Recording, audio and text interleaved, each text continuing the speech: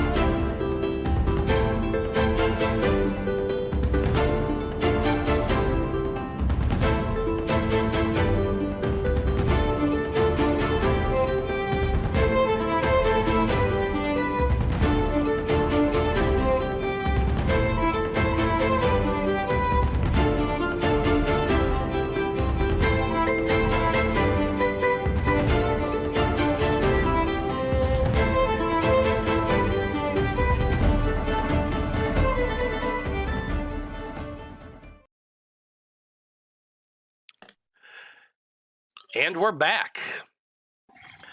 If you've been watching this campaign for a while, you know how we do our recaps. I offer up the Random Rhapsody coin, which is good for a free reroll during the session.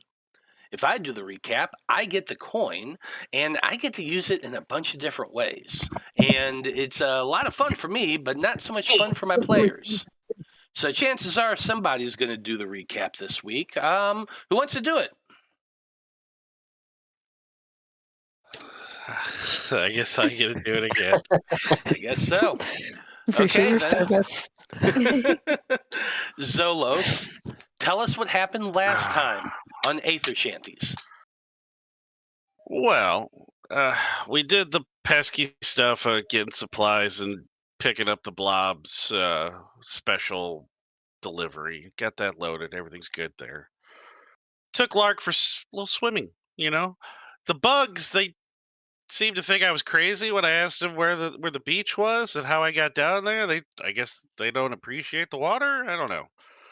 Maybe they're not water bugs. Uh, dad joke there. I apologize. That was player coming out there for a second. But I guess we shouldn't be going alone, so I took Lark with me. You'd think, hey, everybody loves the beach. Apparently not short people. Lark freaked out in the water, almost drowned because of the big things that tried to eat me. You know what? That happens all the time, okay? Seriously, I let it go. But I was able to calm Lark down, just chilled out, cool vibes. Found out the Lark blacks out before they go all murder child on the zombies. So that was cool. But hey, to each their own. Got back on the ship, did some jobs. I don't remember. They're boring. I'm out of the water, so I don't care.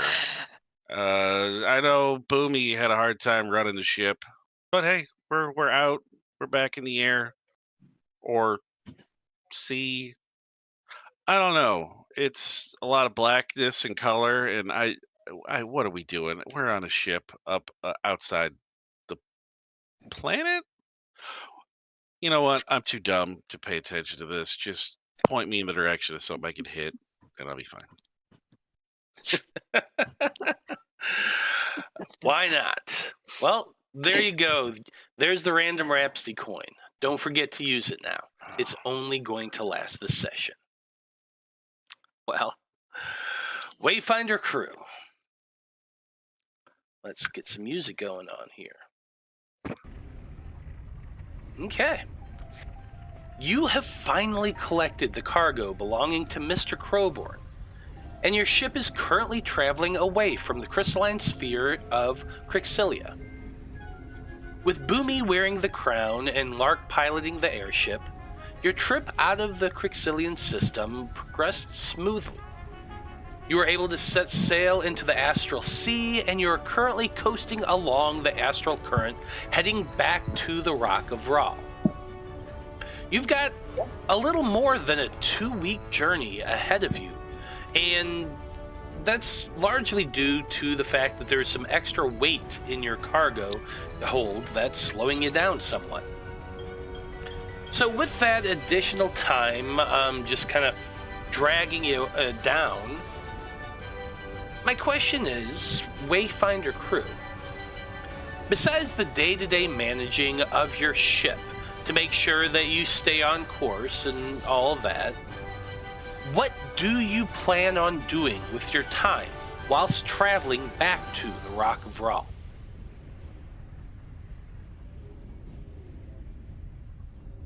I suppose Zolos, wanting to be more helpful in situations, is going to spend some time with Aravast and just maybe help. I guess if he knows how to translate some of the ship, he's gonna work with him and just kind of try and learn something, because he does pretty well with the rigging and stuff like that, basic functions of the ship.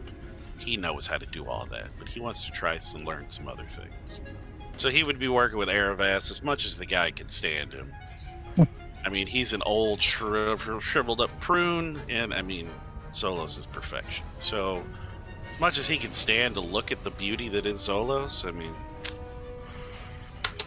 yeah, okay, I dig it. It seems to me that historically speaking, Aravast doesn't really appreciate it when people come up and bother him while he's working, so that's absolutely on par for Zolos. So Zolos, I would like for you to make your first roll of the night here. This is going to be a pester and annoy check. We're going to see just how irritating you can be. You're trying to ask him questions, you're trying to learn from him, so this is actually you attempting to learn stuff from him. So, but I think I like my name for it better, pester and annoy, because that's definitely what you're doing. So you're going to be making this check. Do you have anything that assists you with like learning or with trying to understand scholarly things such as translations, anything like that, Zolos?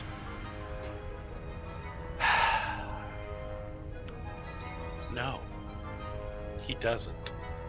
He's an asshole. I'm shocked and surprised. So you're going to be making this roll with a D12. You're aiming for, let's say this is going to be a 4.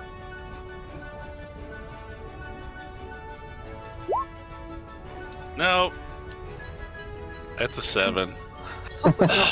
So you go find Aravast, and he's sitting in the cockpit going over some of those scrolls you found on the ship and just kind of making notes and going through them and doing that translation gig. You come up and you start sitting down, and you just kind of, at first you're just looking over his shoulder, looking between the notes and the writings. Then you're kind of leaning in more and getting really close to his personal space. Aravast looks over at you and inquires what you're doing. And it just kind of goes downhill from there. Of course it does. After about an hour, Aravast just puts down his stuff and turns to you and says, "Do you need something in particular, Mr. Zolos?"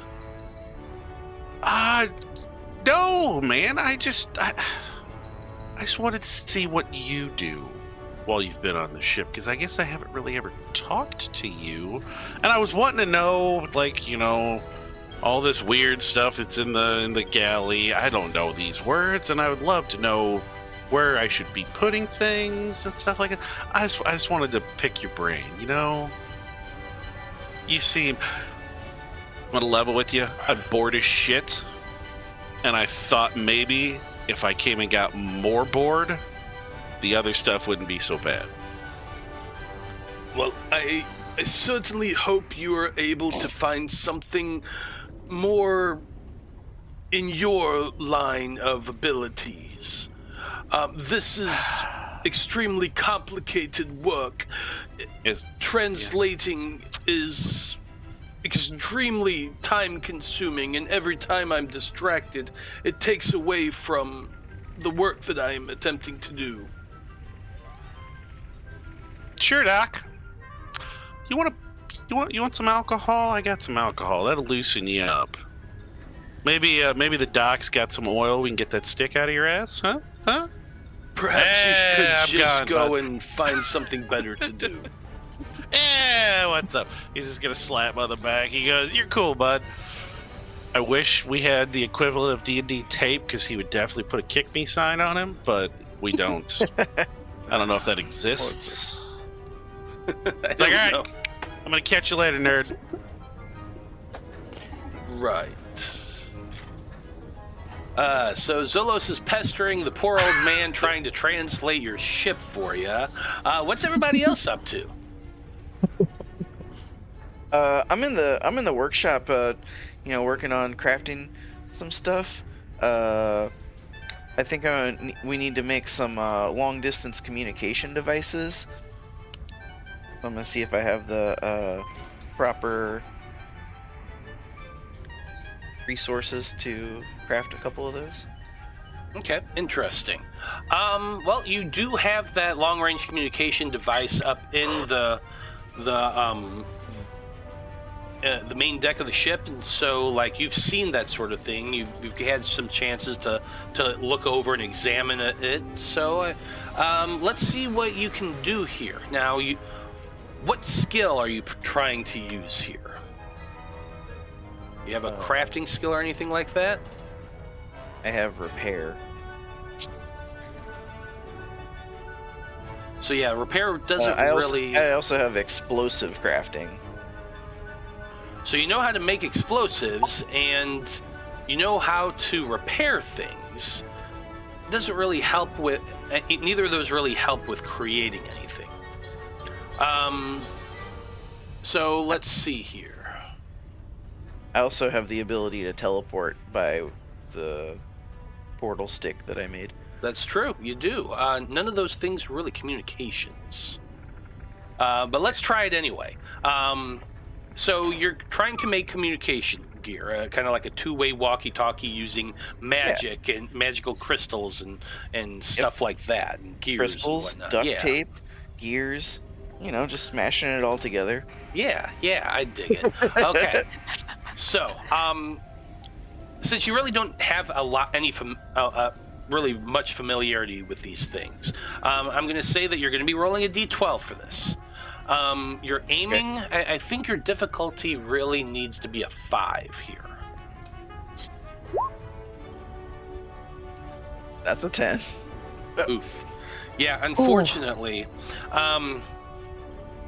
you sit down and you start thinking about your idea, and you grab a few pieces of equipment, and there's a crystal. I've seen a crystal on that.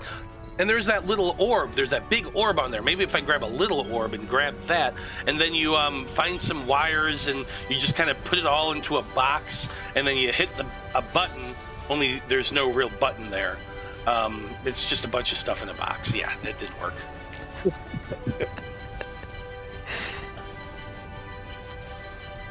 Not quite what I had pictured. Maybe I better go back to the drawing board. Yeah, worth a try, but yeah. Might want to work on some crafting skills here. What else we got?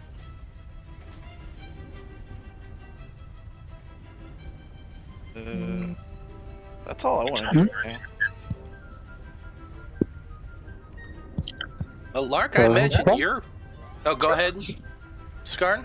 Oh, if you'd rather, that's fine, but I think, Skarn got that magic textbook a couple planets back when we were talking to the Hippodro, and after the conversation it had with our, recently departed friend, Hish, I said departed as in she left, not, Yeah.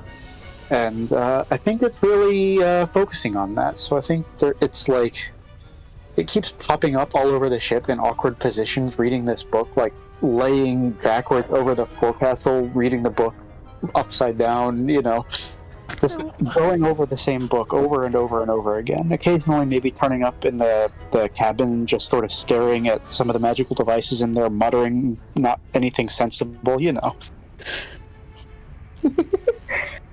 like it. Let's make for me a magical comprehension check. Interesting, okay. You've been reading this book quite a bit. Someone will just be walking into a room and suddenly there's Skarn. It's just sitting in some weird, awkward position. But this has been going on for a few days. And then you find it staring at controls on the ship.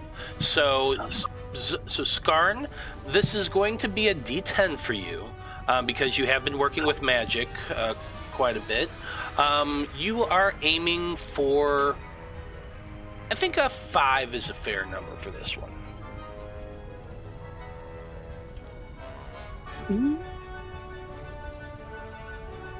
Much appreciated. Okay, let's see.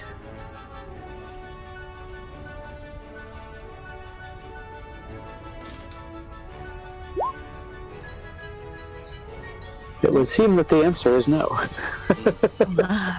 Yeah, unfortunately, with a 7, you've been spending a lot of time poring over this book, but you're really not gaining a whole lot of more insight, which is unfortunate. Well, that's good. I mean, that just means I know it already, right? I just got to find the 102 version. There you go. Lark, I kind of imagine that you've spent a lot of your time just piloting the ship. Yes. Piloting the ship, and then on some of my off time, I think I'm going to try practicing with my magical projectiles. Okay. Yeah, I wanna be better at. Just want to make sure that I have control over it and. Yeah. Okay.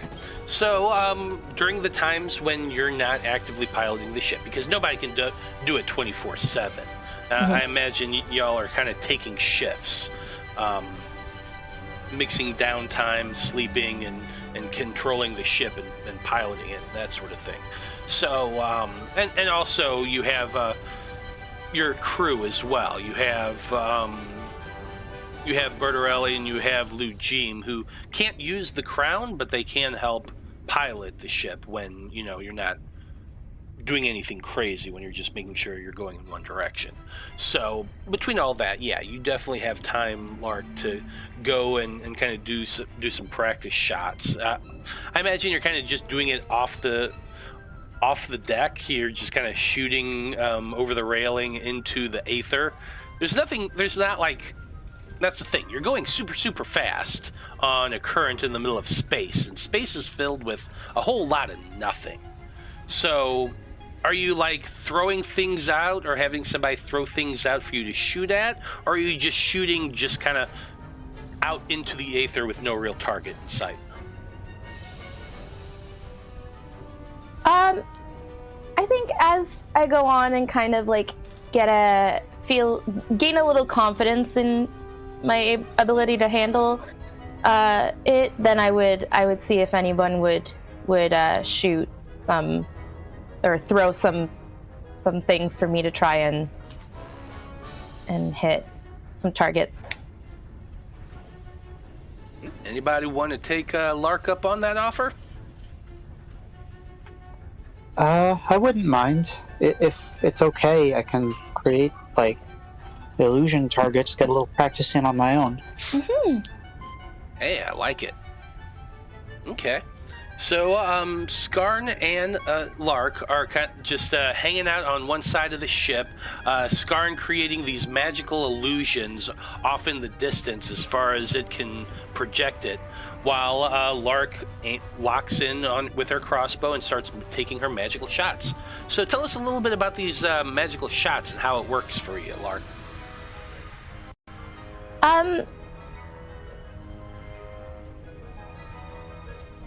So I think it starts off with me using my my crossbow and like kind of imbuing the bolts with this magical energy, and then as I kind of get more of a hang for it, I'm not using bolts. I'm just almost loading my crossbow with just energy bolts kind of thing. Mm-hmm. Until I get to a point where I don't remember what the next rank for my power is, so I can better describe it. No, that's fine. So what I'd like for you to do is make a couple ranged target shots. You're just imbuing your magical energy into your crossbow. You're aiming at that target that Skarn is creating for you. So these are going to be a D10 roll. You're aiming, I think, a 6. It's not like too difficult.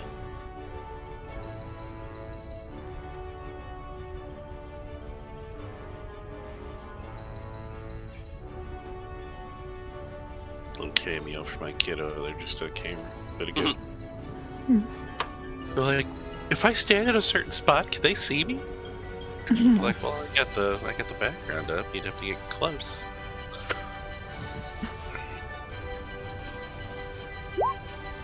Oh, dang. Oof. So yeah, you're kind of lining up, you're aiming, but like in that moment, the ship kind of jerks a little bit, and your shot was off. We're going to go best 2 out of 3 here. Ooh, okay.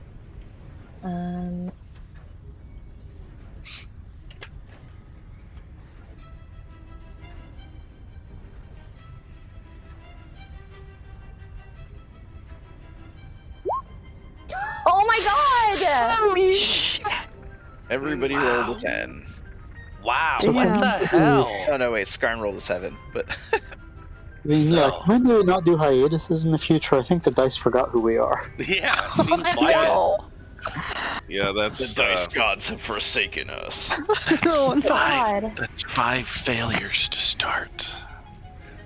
But at least Alright. everybody's gaining some, or they could be gaining effort if No, you're yeah. missing it. Except we're full up. Oh yeah, you are full up, aren't you? It's been a few days. That's sad. Okay, hang on. Just for experimentation's sake, I'm gonna roll some physical dice. Let's see Fine. what actual D10s will do. Oh. 3, 2, and 1. Oh my goodness. That's a shame. Roll 20's always That's- been a hater. It is. It is. Roll Oh, 20 well. such a troll. Well, unfortunately, Lark, Yeah. over your first handful of days traveling down the ether current, you're just feeling more frustrated than anything else, as though like you're confident the ability works, but you're just having terrible luck at practicing it. That is a shame. Last but not least, Dr. Bloom. What have you been up to? I think the dice gods are mad at us that we're not using dice.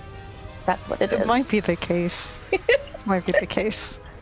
I mean, that's what makes what I would potentially do difficult, because initially I was thinking, oh, maybe I'll like talk to Boomy about maybe making like a medical scanner, like a nice portable medical scanner, but Yeah. again, the roll's not in our favor. But 2 heads are better than 1. I could give you the details as to what it could potentially do. It was either that or Dr. Bloom was going to invest in some calisthenics, because they are a soft little bird that manages to get nearly murdered way too often. So maybe that's what I'll do for Okay. this time. I'll be Okay. running around. Maybe I'll ask Zolos for help. I need a personal trainer. This fluffy, old school owl needs an assist. Help. I like it. So you approach Zolos and ask if they can help you tone up and get a little more beefy and It kind of like Appreciate the faith. I mean, where are your actual physical arms? I mean, okay, you know what? Yeah, we'll do this. What are you looking at to do? What are you wanting out of this, Doc? I think I just want a little more stamina. You know, when we're running away from things they're trying to kill us. All right, that's easy enough. I was wondering if you were wanting to, like, you know, lift some kind of weight or something. All right, yeah, we Maybe can one day. easily. Cardio is, you know what? Maybe you should have come swimming with me and Lark. That would have been a great exercise. But what would that have done to your feathers? Exactly. We'll start with building up the cardio, and I've then seen wet chickens before. I'm curious if that would be what would happen to you. Yeah, no, all right. You know what? How much space is there kind of on the deck? I mean, it's a pretty damn big ship. All right. You know what? I would say we can kind of run up and down the stairs, but I don't want to kill you, because if you're not used to it, cardio like that's much more strenuous. So, you know what? We'll just do some simple laps around the edge of the ship. Huh? How's Okay. that sound? sounds like a I was plan. like, you know, just kind of as you're going, take in deep breaths, you know, and let them out. You want to keep breathing the whole time. If you hold your breath, well, I mean, you're going to tire yourself out much quicker. Okay? So just Okay. constantly, a constant oxygen in and out, in and out, in and out.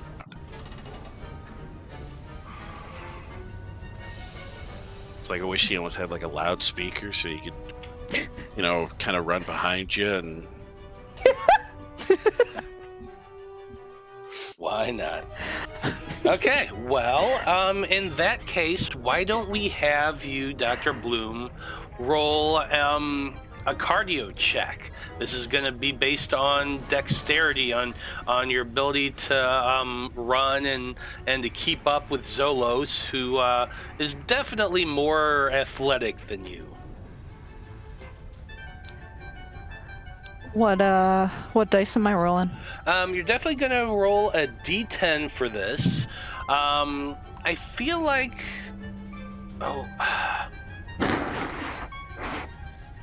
I think for this, you're going to be aiming for a 4, because keeping up with Zolos is a little difficult at this point. Yeah. I'll run backwards.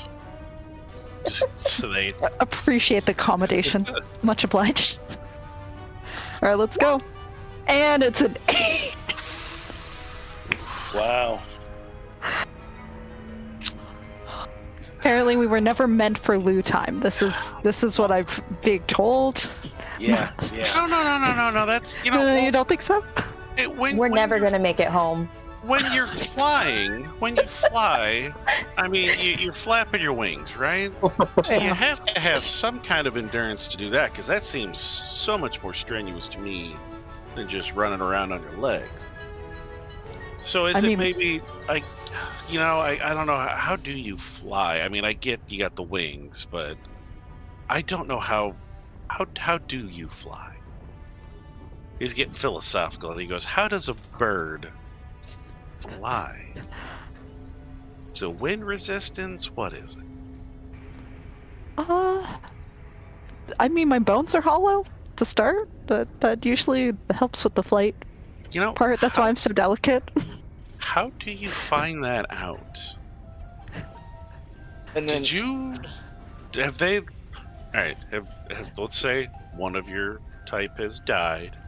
Do they just cut them open to figure out what's going on inside? Oh yes, we have a very dark history. Okay, Doc. Remind me never to fall asleep in the infirmary.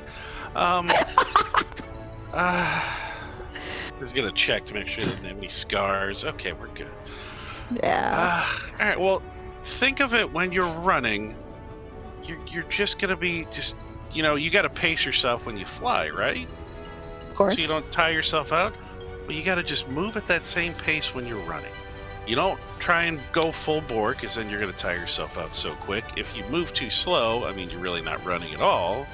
Just kind of go at an even pace.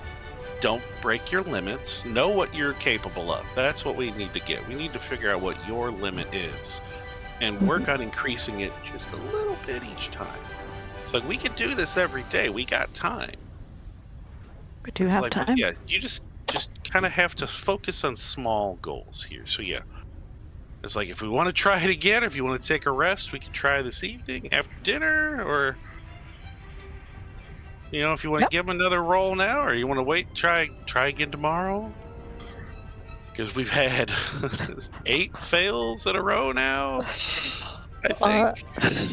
1, 2, 3, 7, 4, 5, 6, 7. I would be number 7. Yeah, just like I said, we maybe you know what it was. I think you saw me running in front of you, and you're just like, oh my god, look at him, and you just got distracted, Doc. And you know what? I'm flattered. I am. Maybe I'll run. You know what? If I'm running behind you, then you're thinking, oh my god, is he checking me out? So I would make you nervous there too. Decisions, Doc. I can't. If you guys letting me do this, I'm gonna keep doing it. And I mean, if you're running in front of me, of course I'd be checking you out. And if you're running behind me, then I suppose I would be thinking about you checking me out. But if you're standing still, then I might run into something, because I'd just be looking at you. I mean, I could just stand by the mast in the middle and just kind of shout encouragements to you as you go around.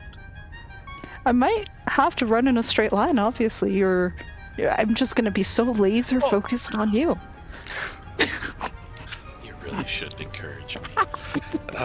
Yeah, you know what? Maybe that's it. We'll figure it out. We'll try again, though. We're going to keep at this. I'm not going to let you quit because you wanted to do this. So we're going to keep up. Yep.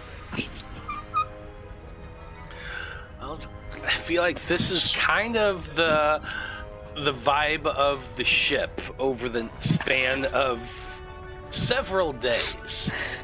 Yeah. Dr. Bloom running back and forth across the ship, Skarn being found in weird places reading a book, Boomy playing around in his workshop, and Lark practicing with her crossbow. It's quiet. It's eventful, but overall relatively quiet. And this is how you find yourselves going for almost the entirety of the next 2 weeks. The closer you get, the more you all start feeling alert and beginning to pay attention more to what's going on. You're getting closer and closer to the Rock of Vral. And though your day-to-day routines tend to be the same, at one point, about mid-morning on when you're about 6 days out towards the Rock of Vral,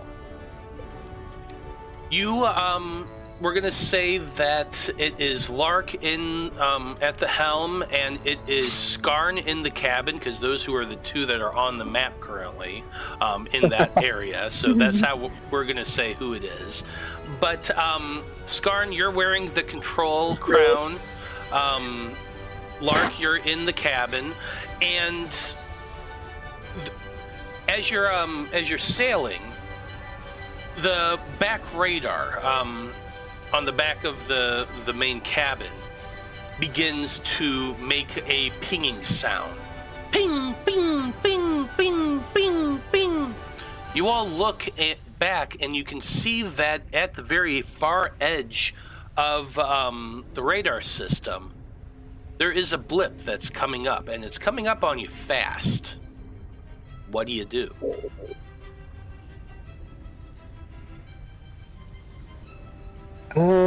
We should probably tell everyone, right? There's like a system on the intercom system thing, right? I think it's been a while. Yeah, there's a series of tubes that works as an intercom system. Yes, of course. How could I forget a series of tubes? Hi. Everyone, there's a ping. There's a pinging.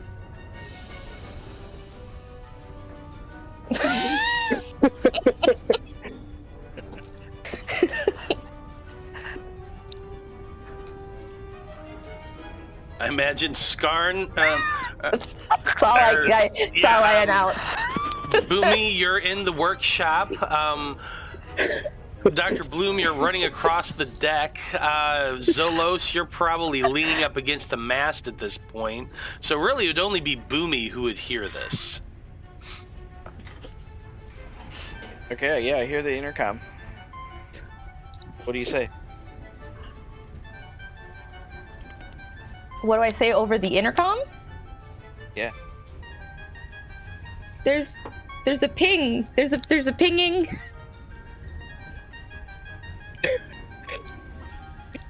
What are you talking about? The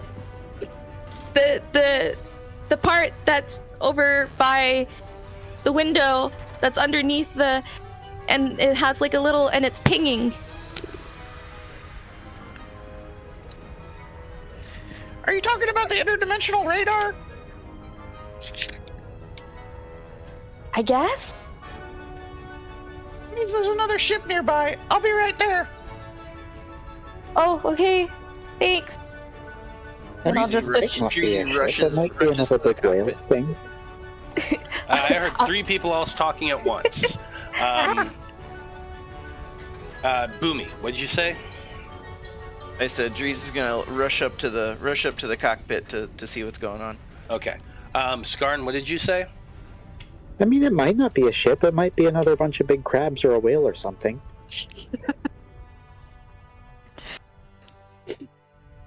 I'm gonna switch over so that it's just general, back to being general over all of the. It's intercom everywhere and not just directly to Boomy anymore. Switch Well, back like to I it. said, And imagine they're just brass tubes that go from one place to another. You yell into it, and it comes out the other end. So each one's labeled, though you can't really read them. You by processes of elimination, you know which one goes to where. So you basically just yelled out to all of them. Boomy, when you're coming running up the stairs, you would see Dr. Bloom and Zolos out on the deck running around. Stations, everybody! We got incoming!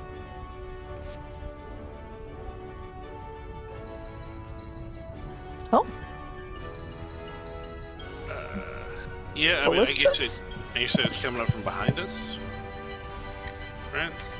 Yeah, so I mean, Zolos would get to the ones up on top of, I guess, they're at top of the bridge.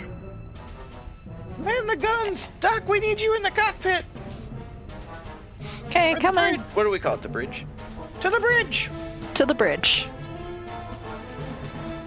Absolutely. So Zolos is climbing up to the top of the ship to get on the top gun, while Boomy and Dr. Bloom make their way into the cabin, into the bridge, as you called it. There you would see on the far back of the wall that the radar system is indeed showing something on the edge, and it's getting a little bit closer with each moment. Like as you're watching, you can see that it's starting to move inward towards the center of the circle, and the center of the circle is obviously your ship. Aravast has also come up onto the deck at this point. He had heard Lark's general call as well. And he walks over and examines the radar, and he looks over to the two of you and he says, "Judging based on what I know of the readings, that appears to be a ship closing in on us. The readings on it show a high level of magical output." Okay, well, that's cool. I'm gonna have to ask you to teach me how to read that later, but for the moment, that sounds bad. We should probably get, We're outgunned, boys! I think we gotta run with our tails between our legs this time! I mean, I can try to overcharge the engines again, but the last time I did that, you said it might drain our fuel really fast.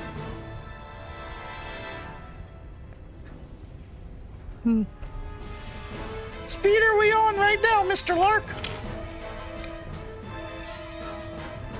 Sorry? What? Did you ask what speed we're on, or? Yeah, are we going full speed? Can we punch it without overloading the engines? I mean, I had us going at a pretty steady pace. I can try to get us to go a little bit faster without, you know. Lark, make for me a piloting check. You're aiming for a 6 here. We have a spyglass on the bridge. Let's say yeah, probably. Yeah. I'd like to take the spyglass and look out behind us to try to actually see the ship with my own eyes if they're getting close. Okay. Go out back towards the very back of the ship, and you grab the spyglass that's in the cabin there. Make your way out. Give me a perception check. This is going to be a D10 roll. You're aiming for a 5. Sorry, what was my difficulty level, Matt? Oh, what's your piloting at right now? I'm rolling a D6. Okay. Oh, if you're rolling a D6, then yeah, roll a 5 or a 6, and you'll have this knowledge. All right, and I'm gonna help by using my perception roll to call out whether or not we need to punch it. Okay. and in what direction? I give up. Oh, but you should get to roll again because I helped. Yeah. Right, you get an additional die.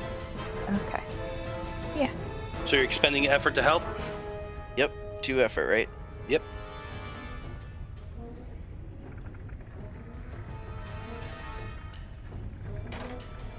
Okay.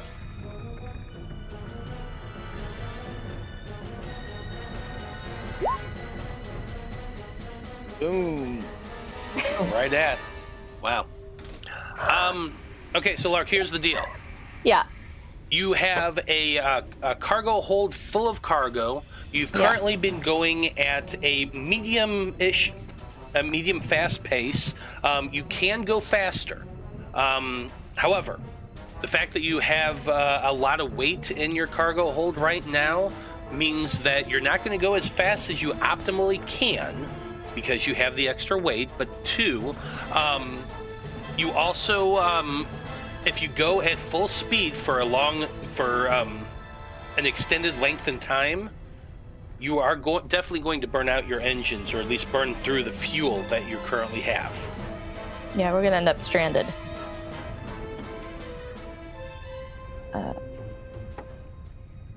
Okay, knowing that, what do I see? Okay. What did you roll? Rolled a 3. 3, yeah.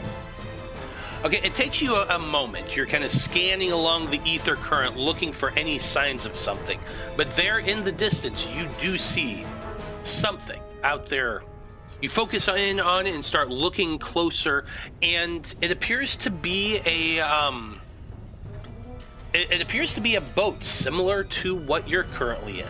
Not the design of it, but it looks like a seafaring vessel. You can see large black sails up above it on the mast. You can see that there are wings that are kind of spread outward, also looking like sails on the sides of the ship. It kind of has a reddish, almost mahogany look to it, to the wood itself. And you can... It takes you a moment, but like you kind of scan up the mast of the ship and look up at the top of it, and you can clearly see a tiny black flag with white markings on it. While it's too far away to see the exact details, you kind of have the hunch that it's a pirate ship, and that's a skull and crossbones.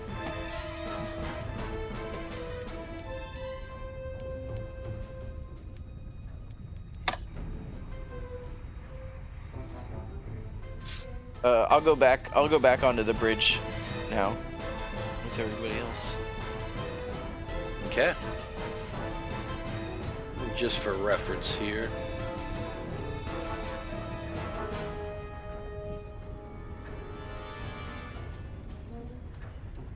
Now you can actually see it.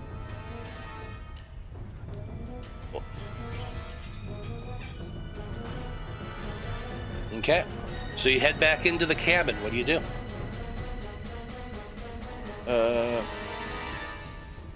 Speed ahead, Mr. Lark. If I go any faster, we're gonna run out of fuel. We're gonna get stranded before we get to the rock. We just need to put some distance between us, and then we can cruise again. Even open up the sails. Could we close the sails and let them pass us like we did for the Elven ship? I mean, I don't know if they'll leave us alone. We got an awful lot of cargo. Not a lot of defenses. Besides, if we're gonna try it as like a sort of like dodging maneuver, it will work better if we let them catch up to us first and then drop the sails at the very last moment, so that way they don't have a chance to course correct, and then hopefully we can blast them before they have a chance to turn around. Right, yeah. We can also try like the to maneuvers. hail them. Maybe, you know, we can like negotiate a peaceful solution. I say with a lot of confidence in my voice.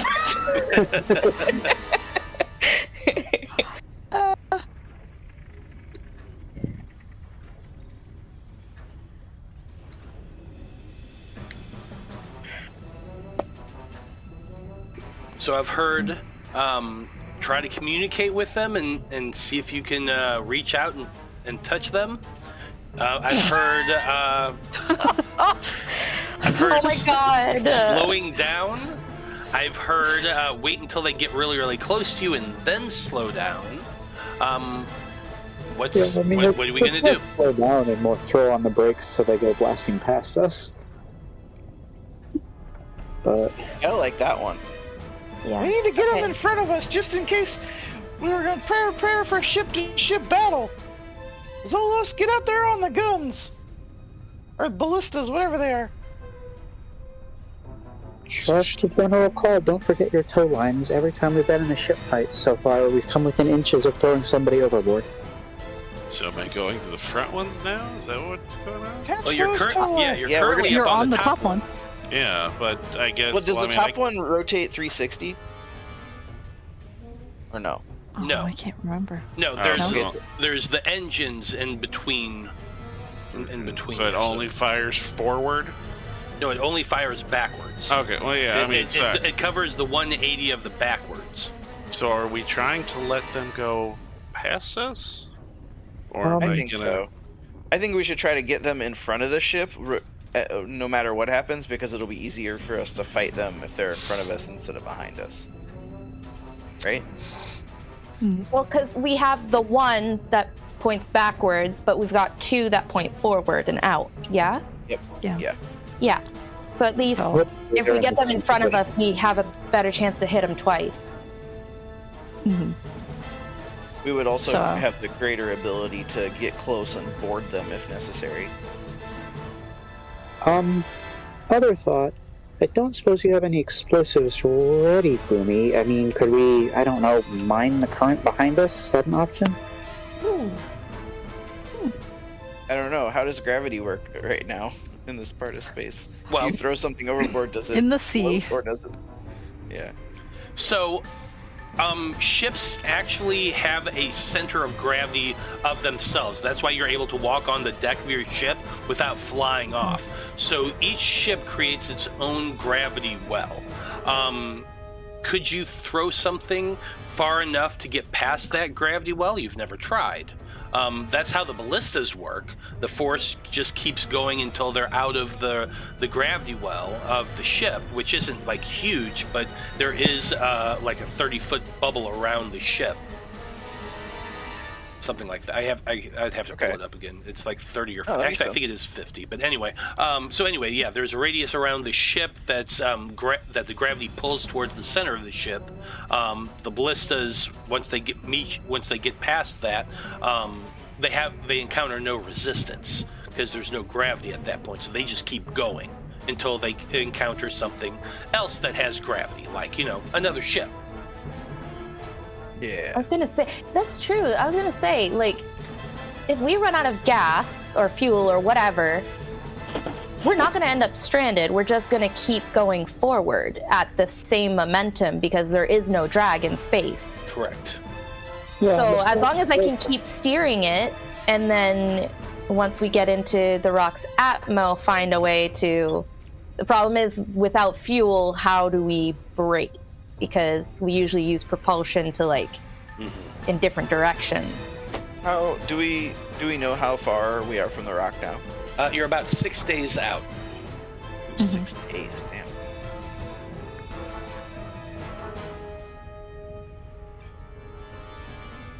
damn. It's almost as though they're hitting you where you're far enough away that you can't call for help. Yeah, that's pretty smart. It's almost like they've done this before or something. And they're currently closing in. They've gotten, we'll say, a hex closer at this point.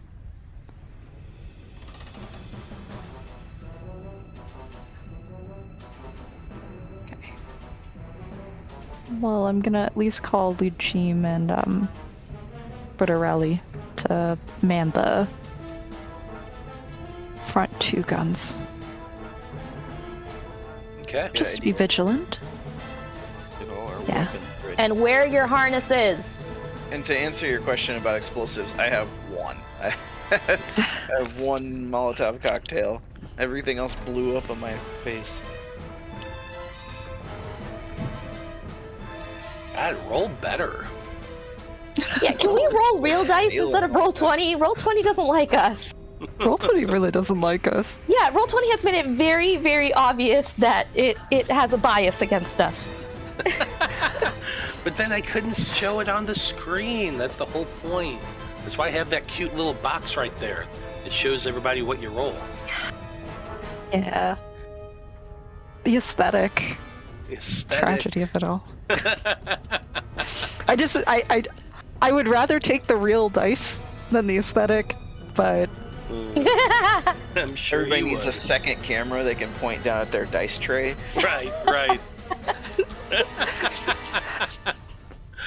Oh, that when we eventually do the in-person studio, we definitely need one of those, like a that'd be camera really that awesome. just points down that. You walk I over to a dice should- tower, you hit it, Yeah. and it goes. And then you just have it in the corner of their screen. Next, your head's up here, and in the Yeah. corner there's like the little, place where it's just showing your hand and the dice when you're rolling. That'd be cool. I should have my passport at the end of the month, by the end of the Nice. month. So I can come visit. So good. We expect a Midwest trip here at some point. Anyway, let's get back to the game where a pirate ship is currently getting closer to you. I'm going to move it up one more hex just to be a dick. What are you doing? no. All right, so we're gonna try the stop, drop, and roll. I don't know what to call it. Crazy Ivan. We're gonna call it Crazy Ivan. The crazy Ivan. Yeah. Crazy. Amazing. Yep. Okay. Because so, I can't not make a reference. So, what it sounds like is you're going to wait until they start getting closer to you. When they get close enough, then you're going to drop out of the Aether current. You're going to lower your sails, or not lower them. You're going to pull them up, and when you pull them up, you're no longer in the Aether current. You're in regular space.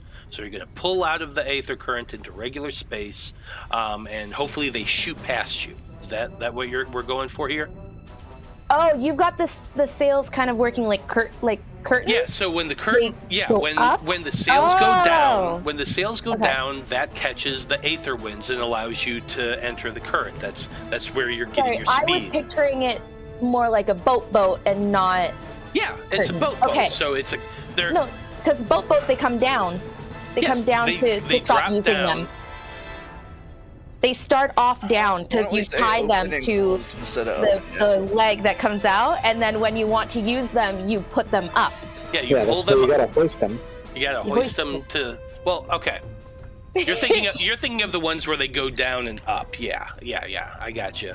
Now I always imagine them going the opposite. You open up the sails, they drop down, then you hit the ropes on the side, and that's what catches the wind.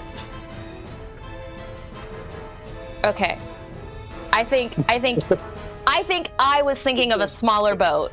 Yeah, I think this is there's a much boats that bigger. work Okay. both ways. There are. It's all good. The- It's all good. The smaller sailboats work exactly like you're saying. Yes. The much bigger boats, like this is I think this is the size of a frigate, is what it's Yeah, I was called, about to say, it's like, frigates are- it's like yeah. it's like a 3 or 4 sail Mast, system. yeah. Yeah, so Okay. think like Pirates of the Caribbean. Exactly. Yes. Exactly. So anyway,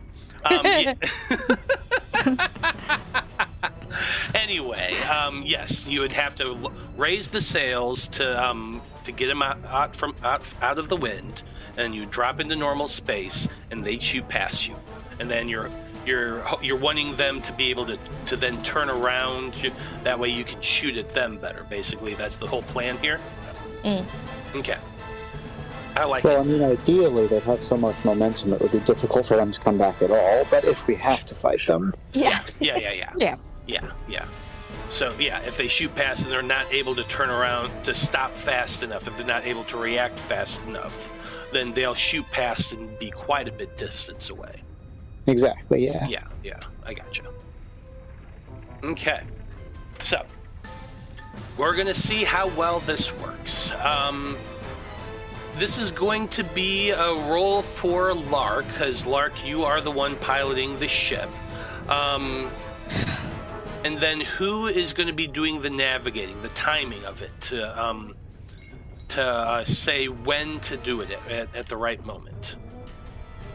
So I'm going to want 2 rolls. I'll do it. Okay.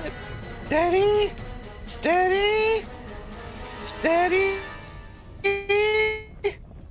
I'm going to go ahead and preemptively offer aid to Lark since I'm in the cabin. Okay. I You know, gotcha. just managing engine systems, watching the power, that sort of thing. Yeah, that makes sense. You're wearing the crown anyway, so you're kind of limited on where you can go. So you're gonna help out Lark.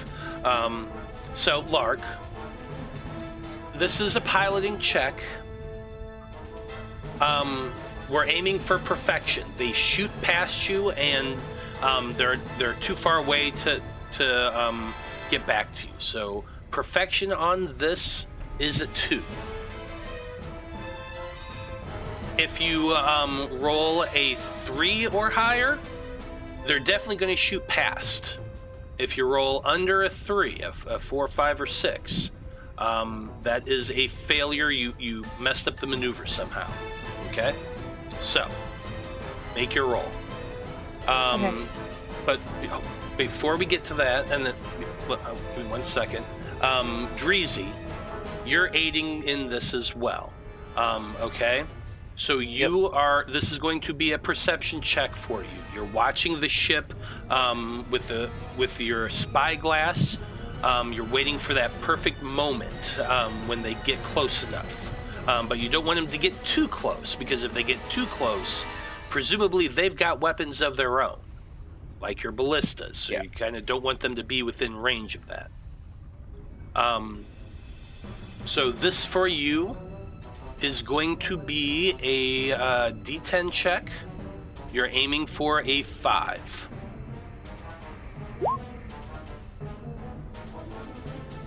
It's a 4! Nice. Hell yeah. Okay, Lark, you're making your roll now, and Skarn is giving you aid. So you get to roll it twice. Okay, so 2 dice. Yeah, 2 dice.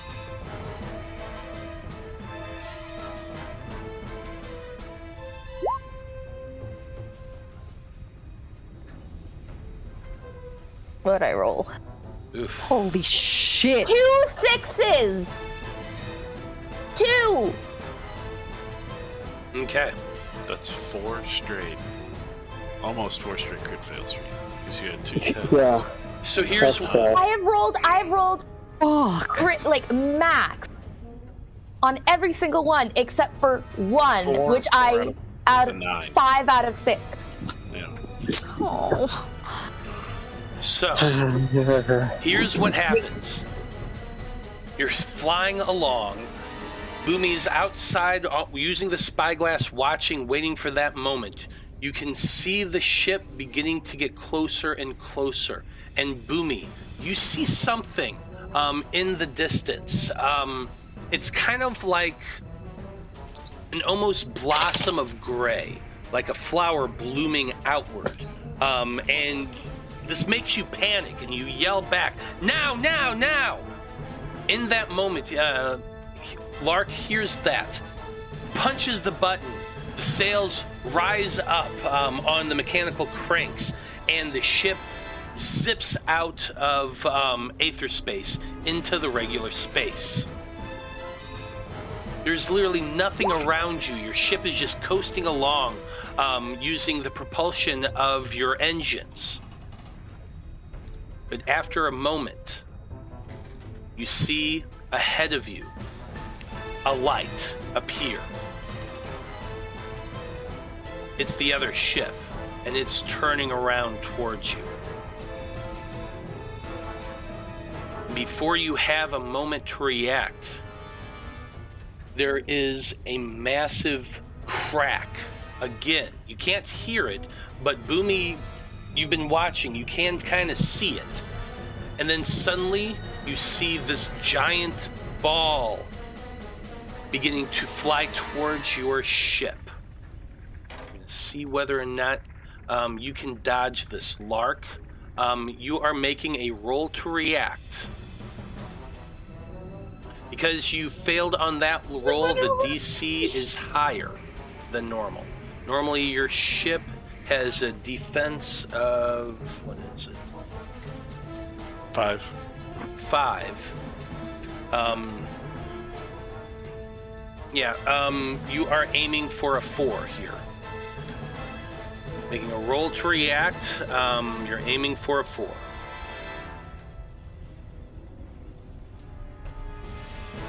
Fast reflexes. We'll see if it does me any good.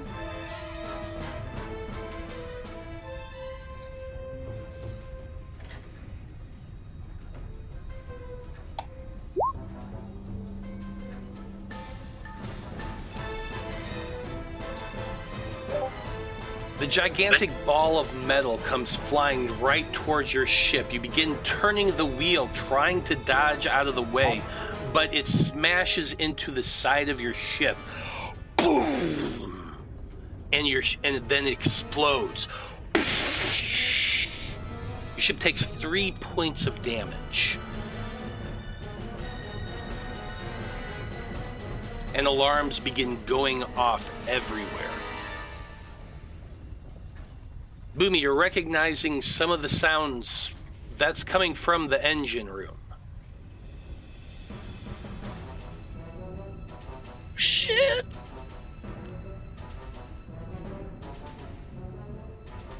I'm gonna go below deck and see if I can help out the internal parts of the ship. Okay. Take over up here! As you're scurrying out onto the main deck, there is dust and debris everywhere. The side of the ship has taken a good amount of a chunk out of it.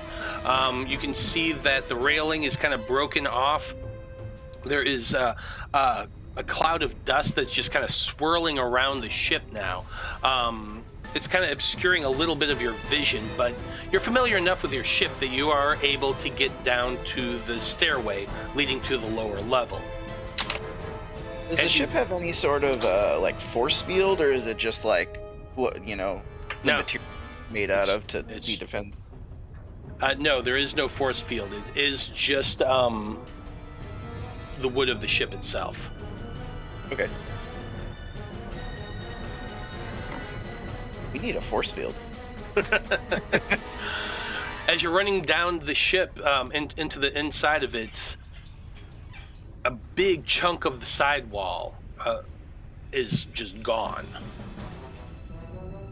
You can see that there is a small fire currently ablaze in the area just in front of the engine room. Yeah, I rush over there and try to put out the fire. Okay. There are, you guys keep like buckets of sand, which is typically what's used to put out fires on a ship. You're going to have to go grab one of those and start snuffing it out.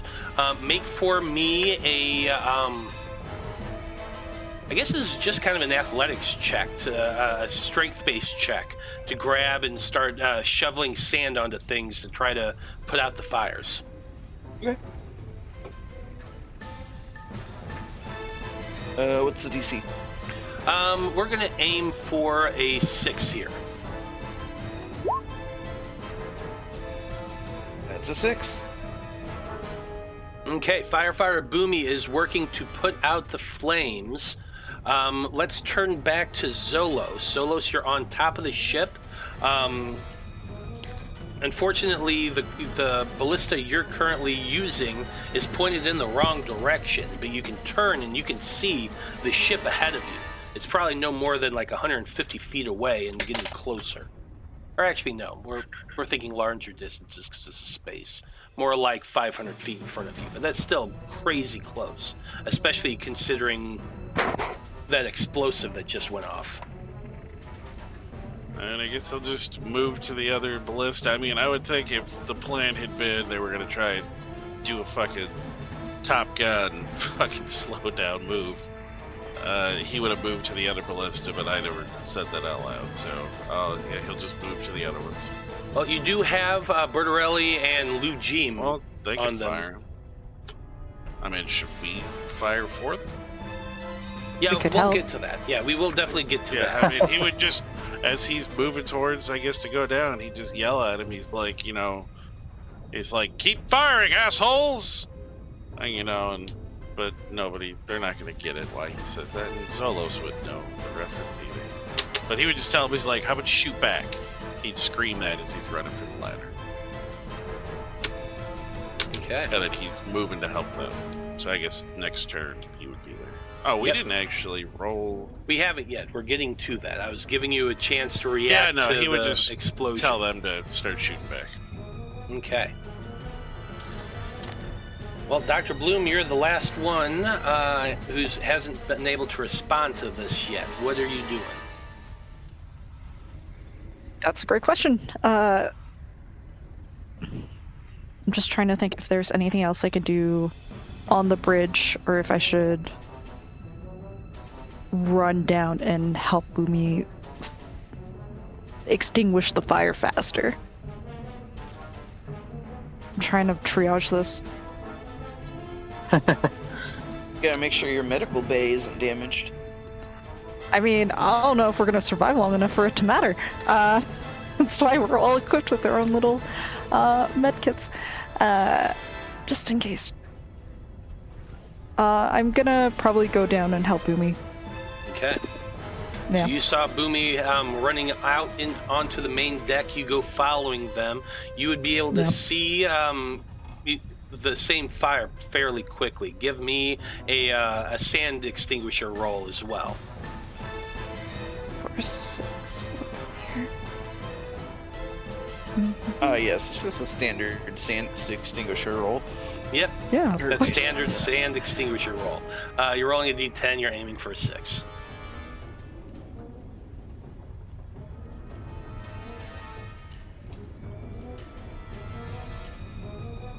Mhm.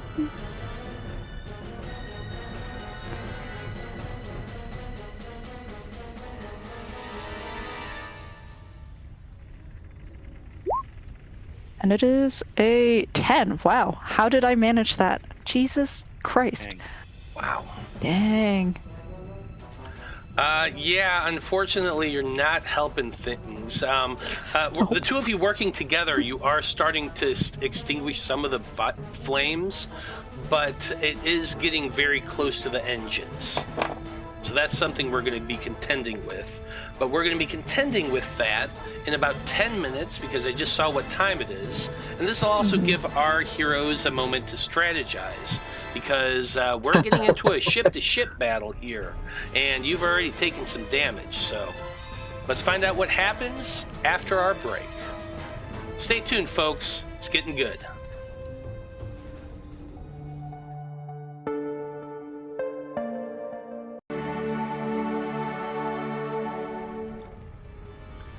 Howdy everybody, we are back.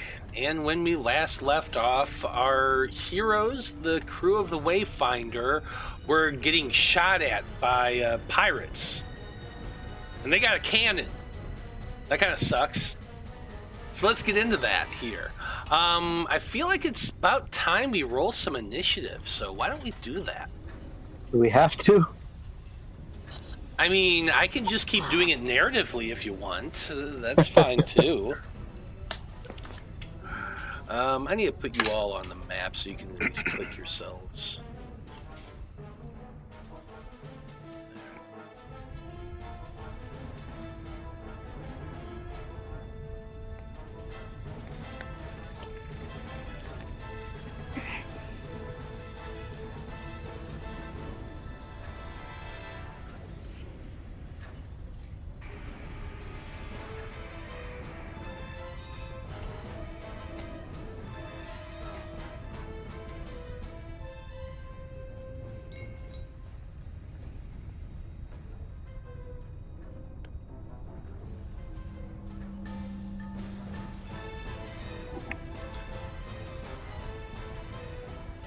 So go ahead, everybody, and roll some initiative.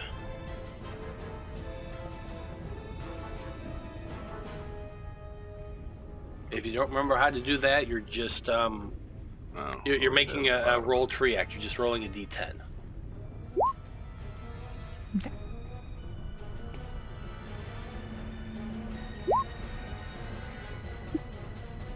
Oh, come on.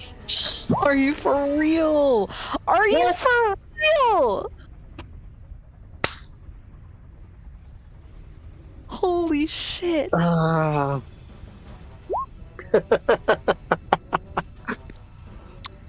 Hilarious. All the ones when it doesn't fucking matter.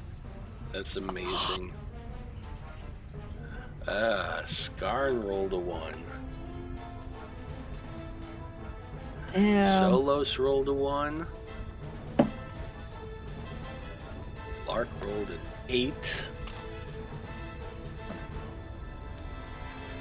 Does initiative restore your effort?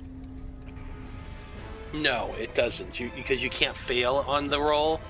This is just giving me an order. Okay. Just wondering.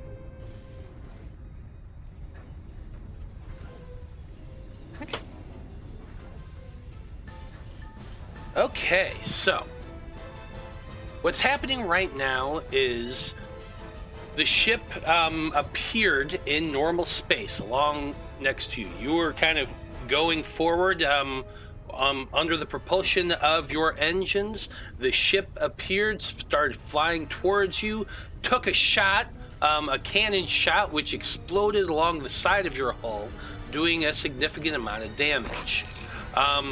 Skarn, you're the first person to react to this. You're currently wearing the control crown. What are you doing? Okay, so please do not hesitate to tell me this is not allowed. But in the past, I've used the control crown to commune with the ship. Basically, that's how I overclocked the engine that one time. Mm-hmm. Can I use it to suss out whether the engines themselves are damaged? Well, you also just have displays that can tell you that. Okay, fair, but we don't know how to read those, do we? Well, no, but you do see that the back radar is flashing brightly on the control next to the the actual chair, the throne. There is a small display, and it is showing a bunch of letters and stuff like that, and it's showing a little bit of this, what you imagine to be the side of the ship. Just it's just kind of a grid layout, and you're seeing a bunch of letters and stuff like that. Okay. I guess my thought is that I'm mostly concerned about the engine right now, just because we need power if we're going to make this a fight. So, is that visible on the display at all? Is that an option? Okay, yeah, your point is fair. The fact that you still don't understand the language of the ship is kind of putting you at a hindrance to that. You could flip through some of the different displays, but without real context, you wouldn't be able to see, to understand enough to say whether or not the engines are damaged. So I suppose if you do want to try to commune with the ship a little bit, you can. Yeah, I think that's my best move right now, because sitting in here, there's not a lot else I can do. Well, you can also just take off the crown. True, but then we're dead in the water, so to speak. Well, except for momentum, but yeah, that's true. So give me, this is just going to be an Arcana check. This is you using your internal magical ability to try to feel through the energy currents of the ship to assess what's going on with it. So this is going to be a steep roll. You're aiming, you have a 10, you're rolling a d10, you're aiming for a 3. Righto. Let's see if we can make this work. Does not seem like we can. All right. Yeah, that is a 6, so that's a failure.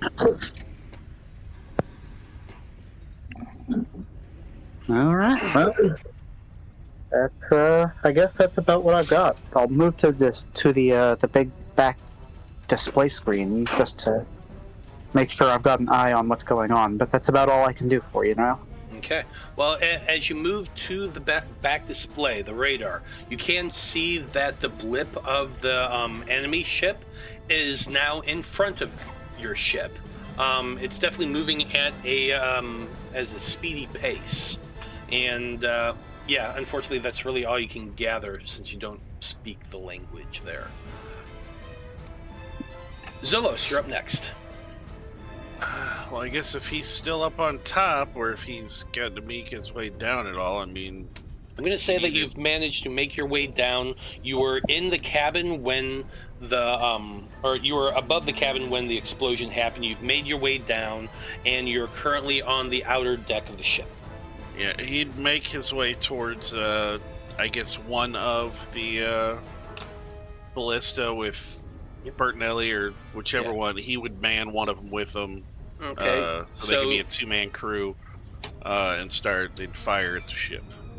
Okay. Yeah, Bertarelli is on one, Lou Jeem is on the other, but she's short, so you just go running over and kind of push her to the side and take over the gun yourself. So what am I shooting for here? So you are aiming for, let's see, what is the armor rating on this ship? Oof, you are aiming for a 4. Is it a 10? Unless you have a skill that allows you to shoot ballistas better. No. And you're using a 10.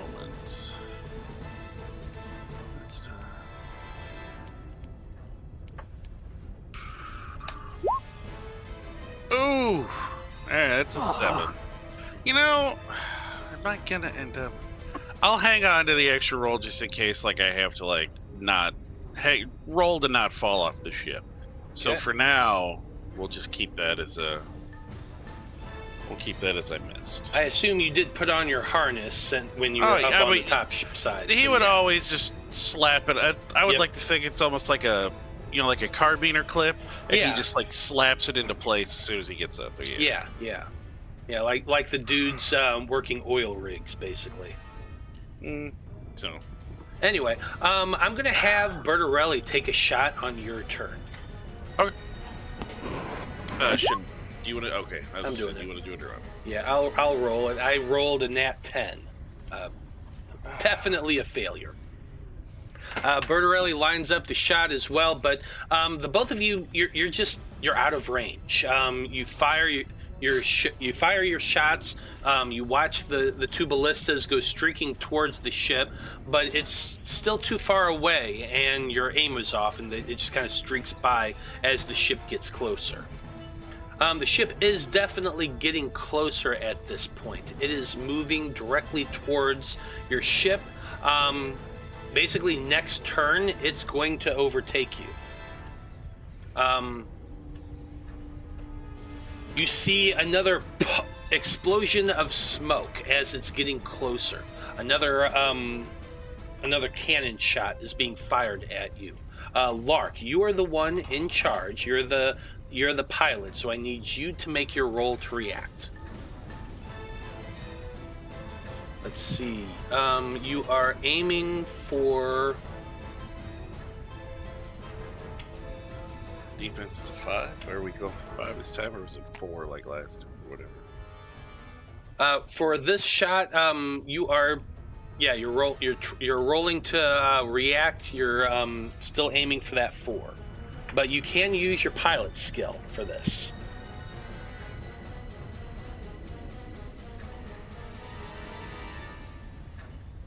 I only just realized I was muted that whole time. Hi, welcome back. Okay. Dodge. Okay. And I can use my piloting skill.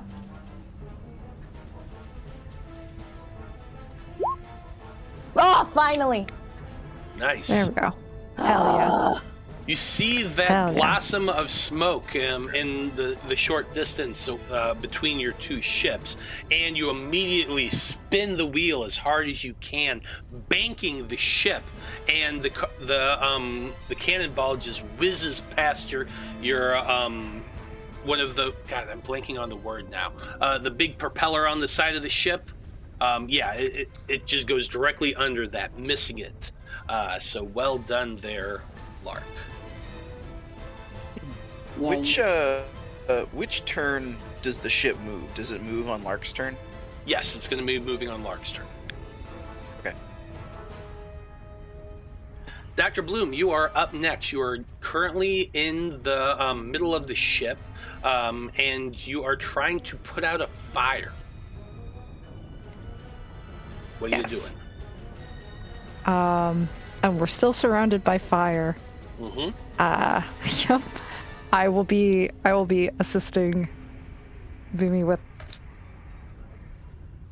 extinguishing this fire. Yeah. Because those engines are really precious. They definitely are. You're going to be making just you're rolling to use the sand. I don't know what better way to call this. You're extinguishing right now. So this is a D10 check for you. You're aiming for a 6.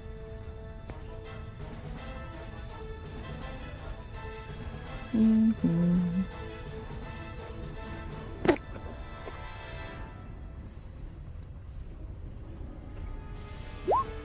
It's 6. Nice. Hey, look at that. So we are currently at 2 successes on putting out the flames. You're going to have to get 4 successes to put it out enough that the engines aren't going to be damaged. Okay.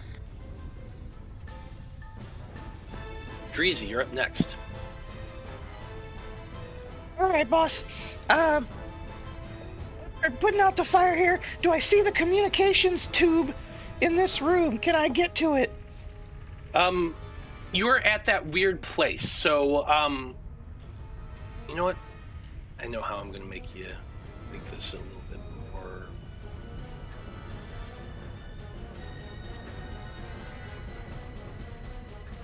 Okay.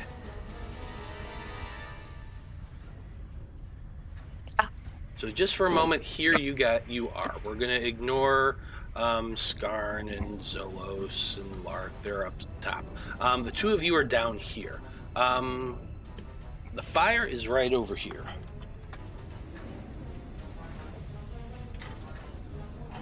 Ooh, are you gonna do the animation?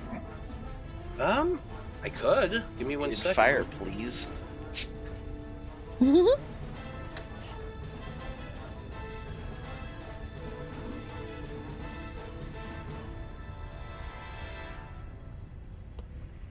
Find it.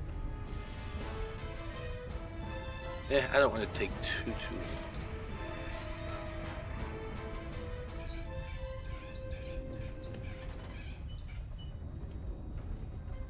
It's under like FX or something.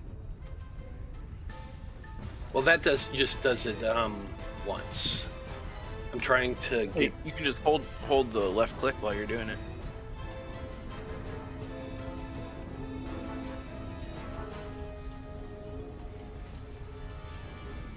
Right? Can't you just like hold it down and drag it around? No, it doesn't matter. Kind of like that. It doesn't matter either. Yeah, there you go.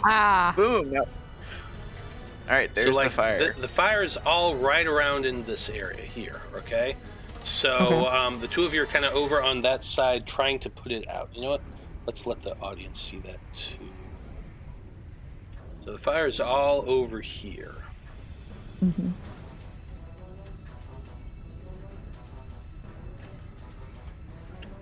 So, the tubes that you're talking about. One is in the engine room, which is over here. One is in the mess hall over here, the kitchen. So that's where the 2 tubes are. There isn't one in this actual room. But you could get to one if you leave Dr. Bloom to deal with the fire and make your way into the engine room.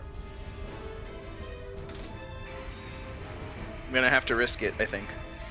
I'll be right back. Keep this under control, Doctor. Doing my best.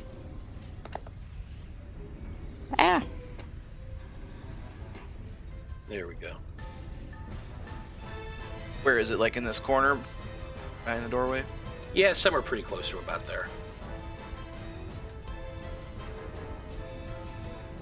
Goes over and gets on the horn. Goes, Lark, did they come around? Go forward and ram them. Here we go. Okay, is that your turn, Boomy?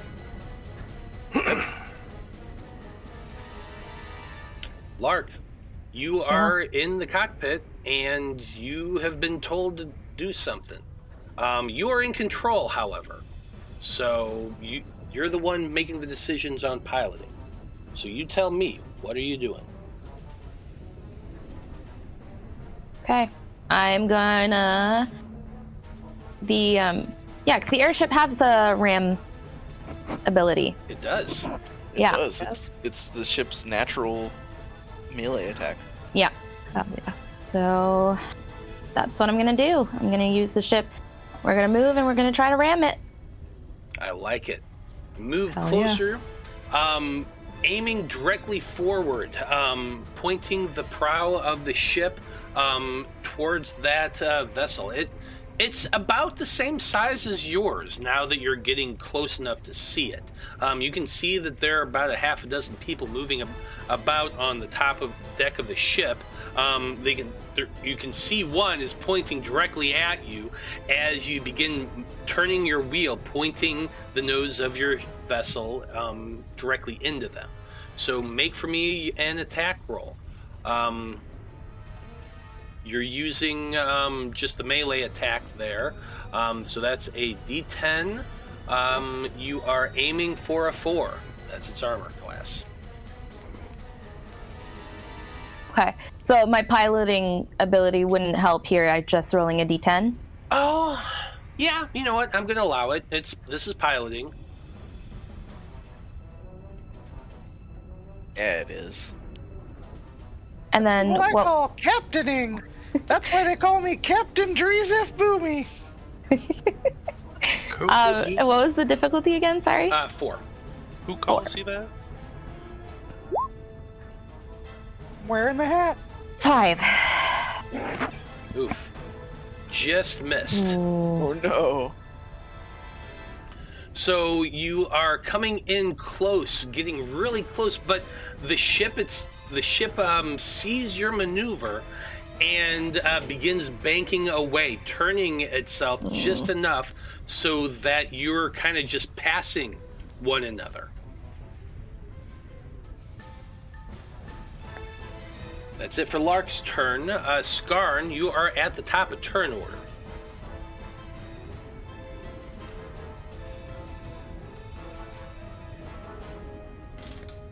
Skarn, are you with us?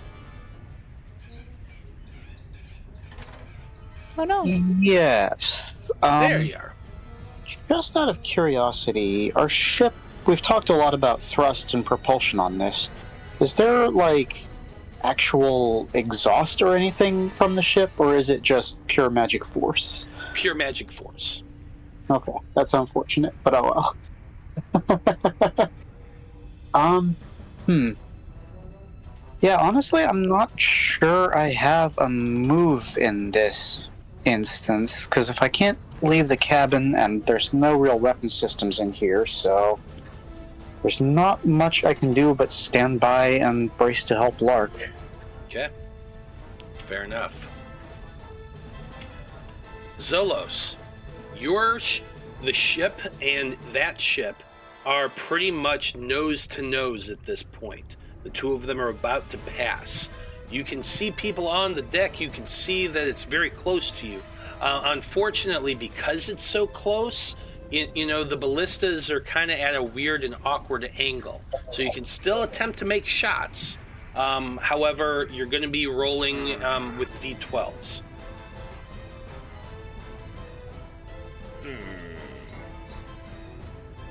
There's really nothing else because I'm not going to board it on my own. I'm not suicidal. Yeah, we might as well just, try and make a shot. I mean, it's the best I think we could probably, kind of hope for here, so. Alright. Right.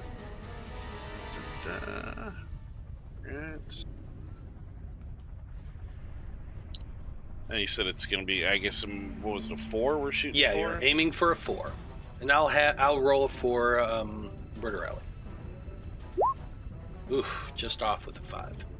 Oh.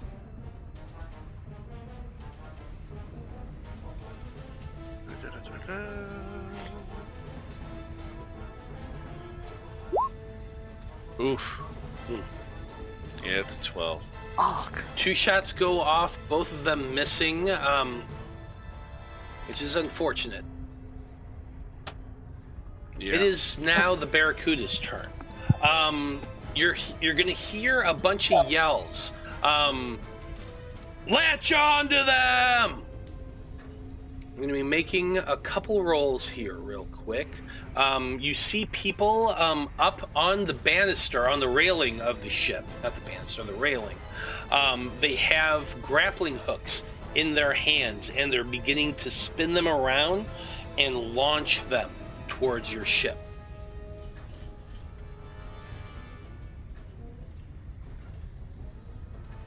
Okay, for this number, I am aiming for a 5. 8. Both fail. Ooh. The 2 men on the side of the ship launch their grappling hooks towards the deck of your ship. One of them kind of goes wild, hits the main mast and bounces off. The other one does manage to get onto the deck, but a jostle when the 2 ships' hulls connect, bounces it up, and then basically your 2 ships scrape along each other. Just kind of the hull scrapes against one another as the 2 ships pass. You see the ship is the ship that has been attacking you kind of goes past you and is starting to make its way around. Lark and Skarn, the 2 of you are in a kind of a windowed area, so you would see the ship as it's passing. There are in total about half a dozen people, like I said. They have they have weapons in their hands, swords and axes.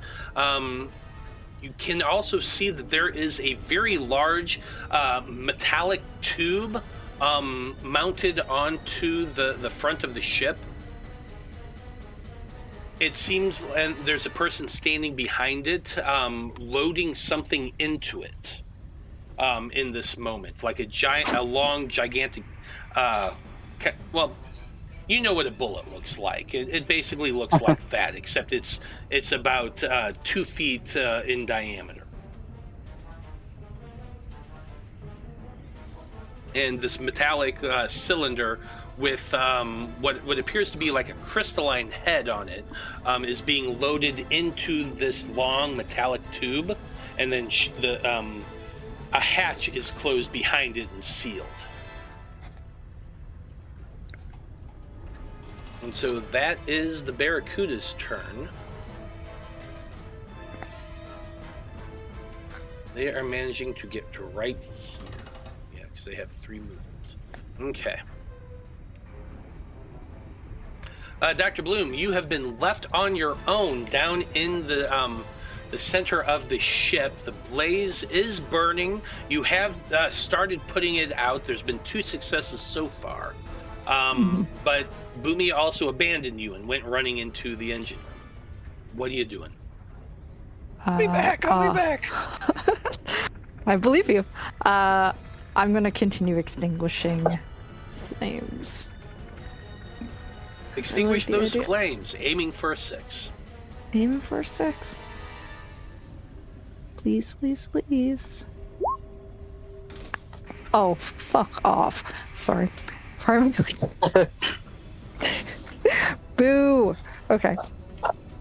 A 10, sadly. Yeah, a 10, that is a failure. You're attempting to smother the flames as best as you can, but the damage to the side of your ship is quite significant, aided a little bit by the two hulls, because like when you're standing there, you could see an open spot in the hull, and you see the other ship like scrape along the sides. You literally saw the side of the opposite ship going past that hole.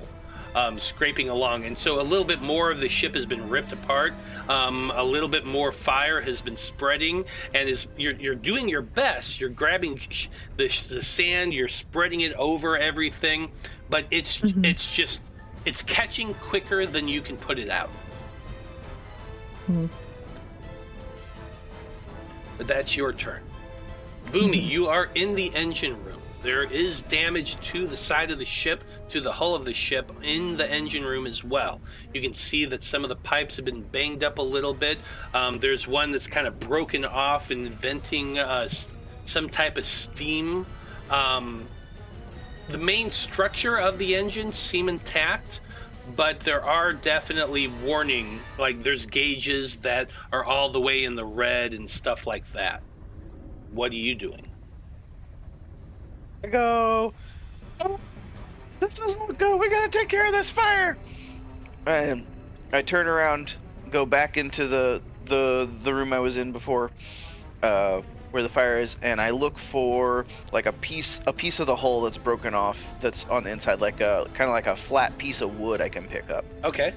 Yeah, you can absolutely find a piece on the floor. I want to use it kind of like a dustpan to pick up the sand we've already used and throw it forward onto the new fire to try and make this a little more efficient. Basically, what I'm saying is, can I roll? Can I roll like an extra dice on my sand extinguisher? I'm gonna say that you can't roll an extra dice, but I will decrease the difficulty by 1. So you're aiming for a 7 here. Cool. I wouldn't be able to help at all with this. Well, you with can my add psychic. effort.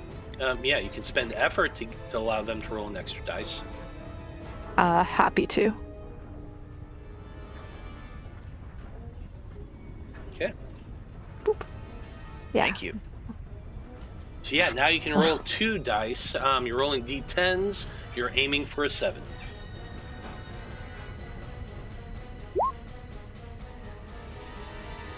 Two. Nice. Hell yeah. That is a 3rd success. Grabbing that piece of wood, you're shoveling that sand up, trying to get it onto the burning spots more. The two of you working together, you are starting to put away put that fire out. The parts that are creeping towards the engine room, which is definitely what you need to be doing right now. So yeah, 3 successes. Okay. Next up, Lark, you are manning the ship. Let me try to go here. How many movements you have?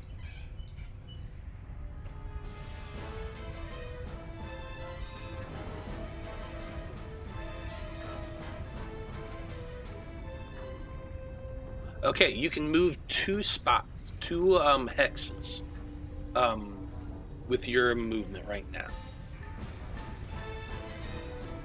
So you have the ability to move 2 hexes. You are currently in control of the ship. The enemy ship is past you, behind you currently. What are you wanting to do?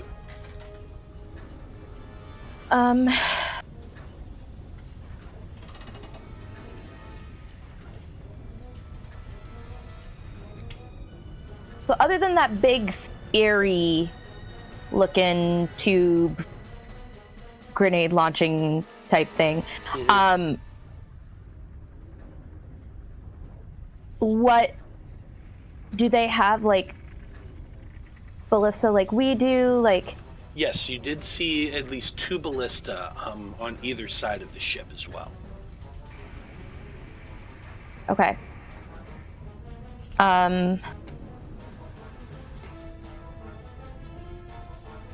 Okay. And then where was the big grenade launcher thingy, or was someone holding that? The cannon was at the at the bow of the ship. Okay. So all of So at the their front. all of their dangerous stuff is towards the front. Okay. Seems like Okay. it, yes. I'm just going to have us slow down to try to pull even with them to get out of the range of any of their ranged weapons. So you're slowing down to try to keep within pace of them? Yeah, I kind of want to get out of...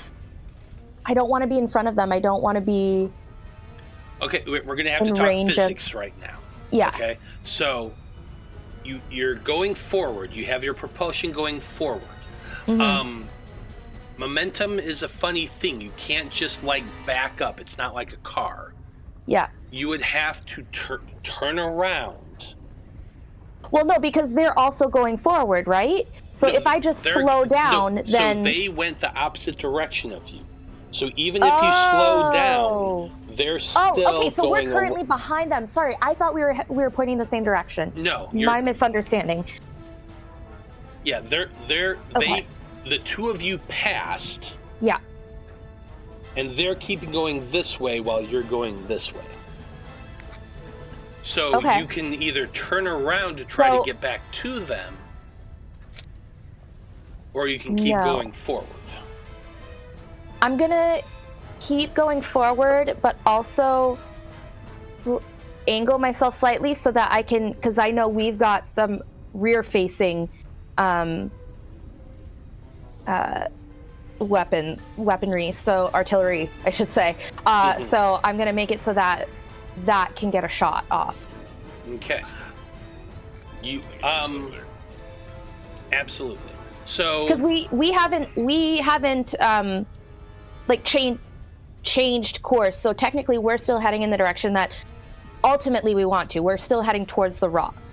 They're the ones who have now turned back around, right? yes. So yeah, I just want to keep going forward, but I'm going to adjust slightly to try and get them in range of my butt missile.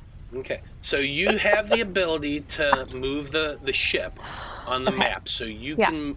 So you show me where you're wanting to move. Yeah, what's like, it's moving 2 hexes? Yeah, you Yeah. can move 2 hexes. so like there-ish. Got it. Yeah, Okay. I think that's play.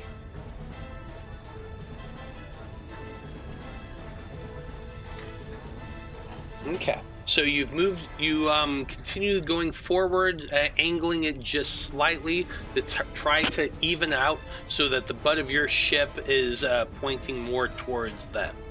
I like it. Okay, Skarn, you're at the top of turn order.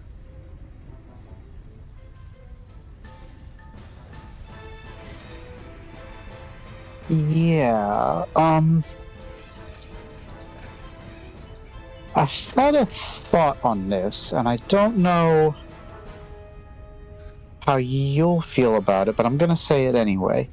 So my thinking here is these guys are pursuing us as much as they can, so our main objective needs to be to halt their movement as much as we can, and also keep them from shooting us. So, can I use an illusion to drop a quote-unquote mine in one of these hexes to prevent them from moving through that area?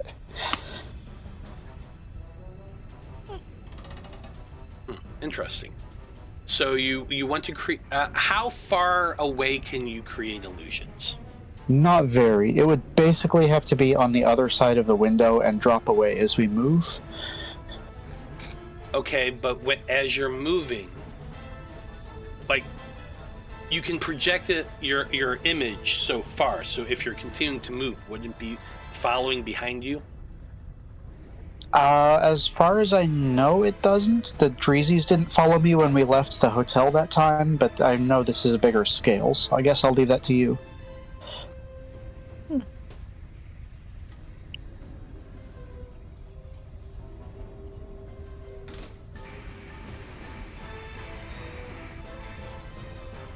Yeah, this is a bigger scale. I'm going to say that, yeah, after there's going to be a certain you know what? point. It doesn't actually list a range in the power. Oh, no? What? Huh. Yeah, it just says you can create an illusion up to half your size, blah, blah, blah. The illusion cannot deal damage. Well, it says it can't block movement, though, so... Yeah, so it would just be... You're basically deceiving them with an illusion. That's the hope, yes. Okay. Let's see here. I'm just reading it real quick.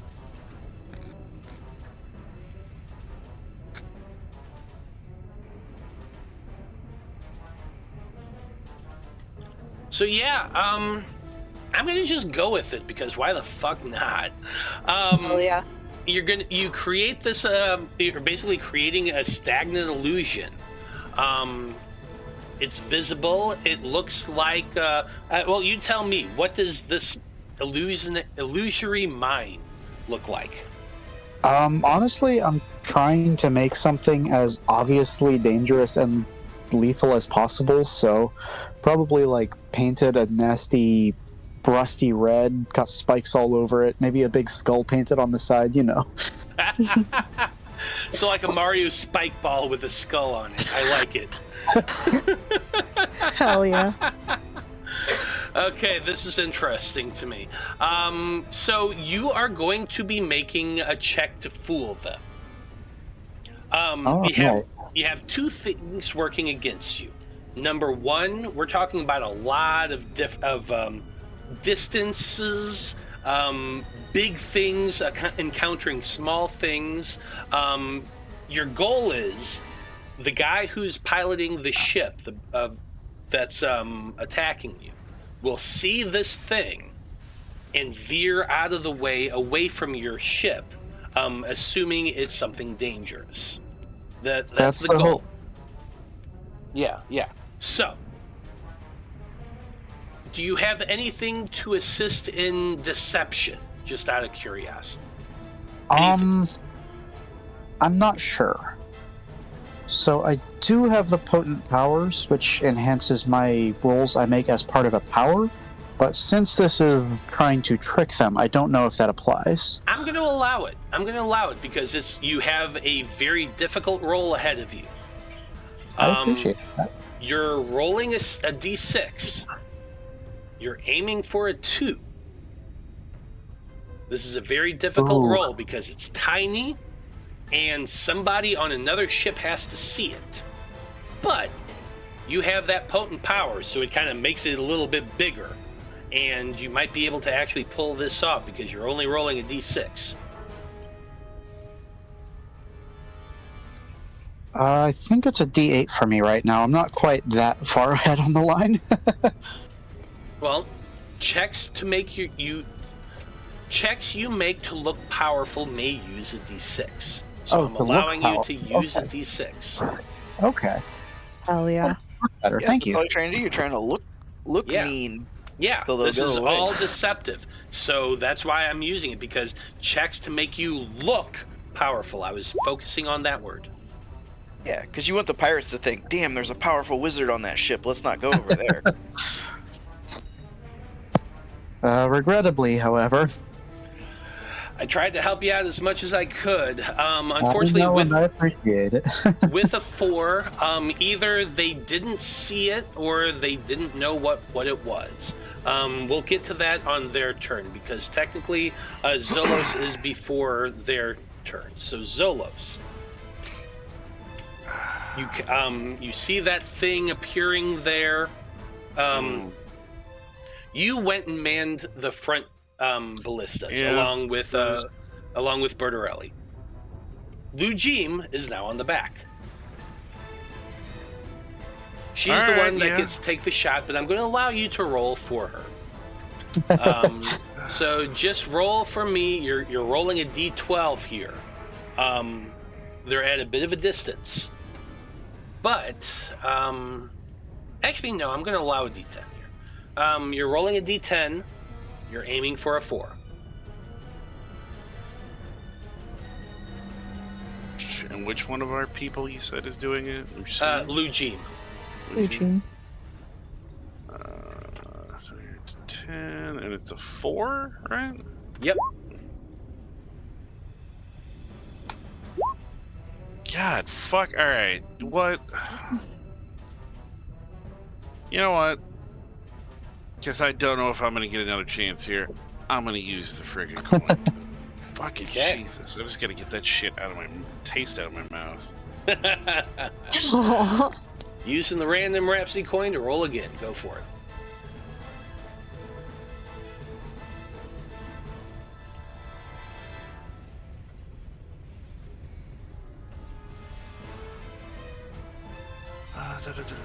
I'm going to add one more thing. Since you, Zolos, can't technically fire on them, I will allow you to expend 2 effort to use 2 dice. Oof. Alright. I will go ahead and do that. It's one of those weird circumstances where you're encouraging somebody else who's acting on your turn.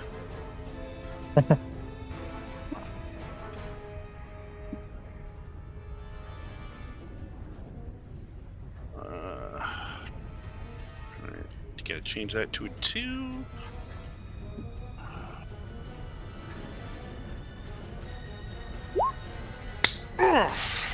Oh yeah. 4.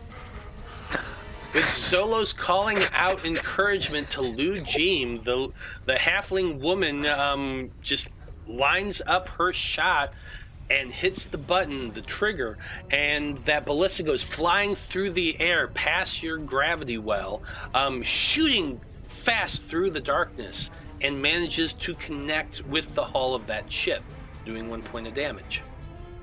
See, it was the "just kidding, my king, I love you."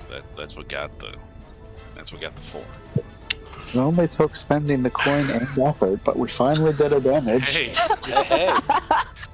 I'll take it. Yeah, I mean, he's just gonna shout out. He's like, "Give it all, half pint. I know you could do it." He's like, "Please, we all suck." And he's almost crying as he's shouting that. And then he's gonna look at Burnell. He's like, "You better be loading that one." Just not even looking. He's look, and then the camera pans over to him, and he's like halfway loading the weapon. It's like, So yeah, he's shouting his words of encouragement, and finally we get some. I mean, we've had good success on putting the fire out, but this is our first.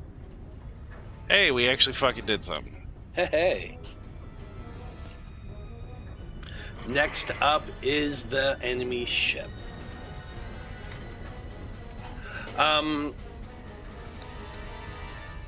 Let's see. It's really just Lu Jeem who'd be able to see this, but from our audience perspective, the ship seems to be making a turn. We're going to move 1, 2, 3, just like that. Lining themselves up in an angle, so they kind of had to do this like turn. Why didn't I learn more nautical shit? Anyway, it's basically making this wide turn around, lining itself up. The nose is facing downward from the ship, but it's still at a bit of a catty corner angle. Our camera watches as the gigantic cannon on the front of the ship, the 2 people working it, there's one behind it, there's 2 people on either side. They begin pushing and moving it, and the cannon begins to turn, aligning towards your ship. Lark, I'm going to need you to make another roll to react. This is the one I'd like to spend the effort to help on. Okay. Because, you're rolling that D6. You're still aiming for that 4. But you got 2 dice. See if you can do it.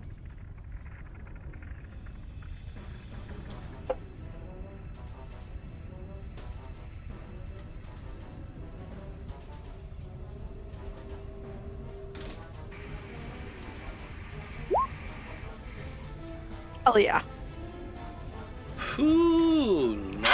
Hallelujah. You were just a thing of opposites. You crit failed, boom, crit success. Skarn is at the back of the cabin. They're watching that that display. It notices that the ship is beginning to turn around, and it calls out a warning to Lark. Lark immediately, without thinking, just reacts and spins the wheel again, turning the ship a little bit more of northward from your perspective. It's space, it's weird. But anyway, she spins the wheel, the ship begins to move just as that cannon fires, and another cannonball goes whizzing past your ship.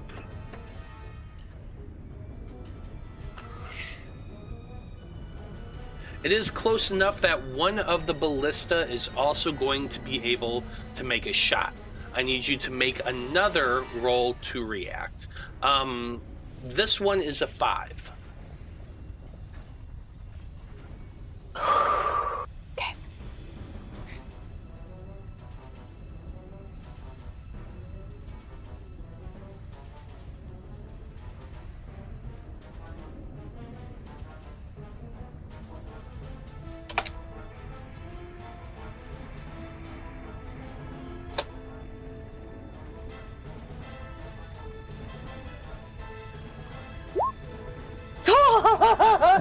Oh yeah, let's go. Wow. Man, we're With turning it around from the beginning, guys. Yeah, you are. Oh my god. Needed it. We needed it. Yeah, that ballista bolt goes flying past your ship, missing it completely. Well done, Lark. Ooh. We're down to the 2 at the bottom of the ship, or the middle layer at any rate. Dr. Bloom, you're up. Time to throw more sand. Hey, throw some sand. Let's see here. Mm-hmm. Going for that 6. Going for that 6. Fingers crossed. It's a 4! Nice. There's our 4th success. You're managed to finally put out the fire, and it has not reached the engine. Grabbing the last bucket, you throw it onto the fire, dousing it. The flames die down. You still got a big hole in your ship, and you can see like dust and debris flying past, and like some of that sand goes getting sucked out of the hole and out into space. But hey, the fire is out. Hell yeah. Boomy, you're up next. Nice. So did nothing in the engine room got damaged? No, there is some damage to the engine room. It's not major. The engines are still functioning, but there is some minor damage. Okay, is there anything that I can like repair right now to help it? You can certainly try, and this is the perfect use for that repair skill. Yeah, I want to try to patch some stuff up. Okay.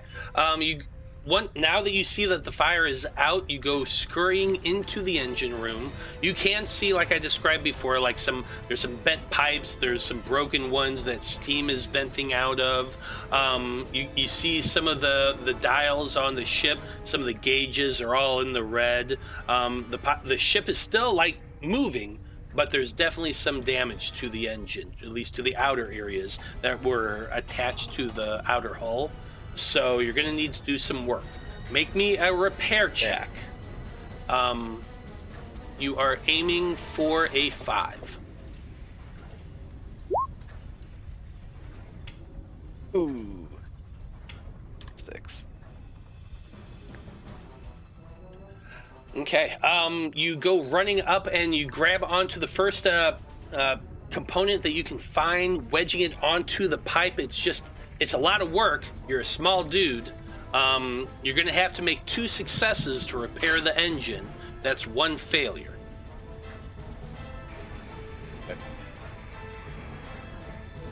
Okay. Bottom of turn order, we have Lark. You are piloting the ship. You're currently heading away from the enemy ship. What is your plan?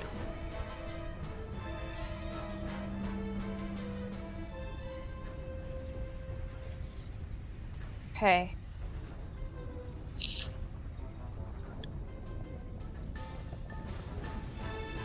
I think I'm gonna try to pull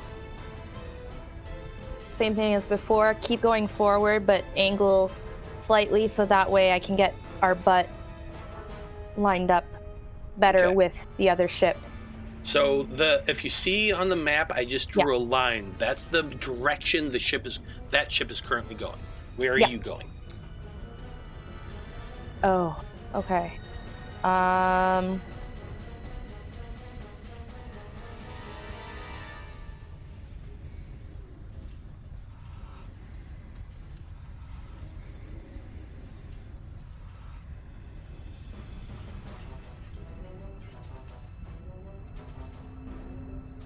We're not in the ether right now, right? We dropped out of it? No, I just don't have a star Yeah, field map. no. I just wanted to confirm. I just wanted to make sure. Yeah. Okay. So then I can correct our course. So I'm just going to angle us. Unfortunately, we're still like kind of moving forward, so we're probably going to end up there. But I want to make it so that our butt is still angled to be able to hopefully hit them and still be trying to get away. Gotcha. So now you can move a total of 2. Yeah. You've moved 1 hex so far. Yeah, I don't know what the range of our ballista is. So actually, here's. I think it's. I'm going to kind of be a little bit pedantic. You can make that turn, but it would be more like right here because you would basically had to have gone. Like forward you were right here. You would have to go here. Yeah. Okay. And then that's fine. There. Okay. So your butt is still in that direction. Cool. You're just yeah. Yeah. Okay. Cool.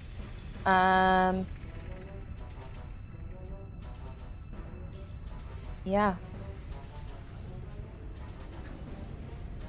Okay.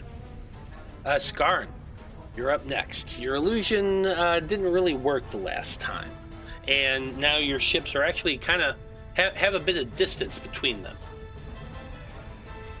Yeah, I'm honestly not sure I have a move this turn, I'm afraid.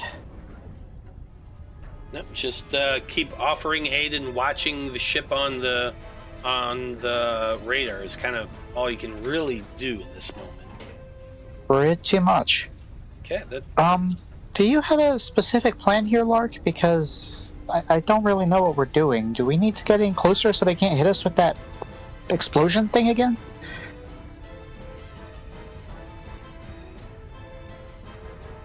Will we need to be closer or further away?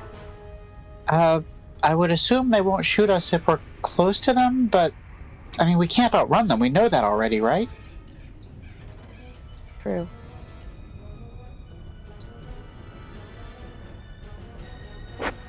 But if you have a plan, I trust you. I'm just trying to figure out what we're doing here because this is a lot right now. Yeah, no, it is a lot, and I don't have a plan. I'm just kind of going off of instinct, and that's bad.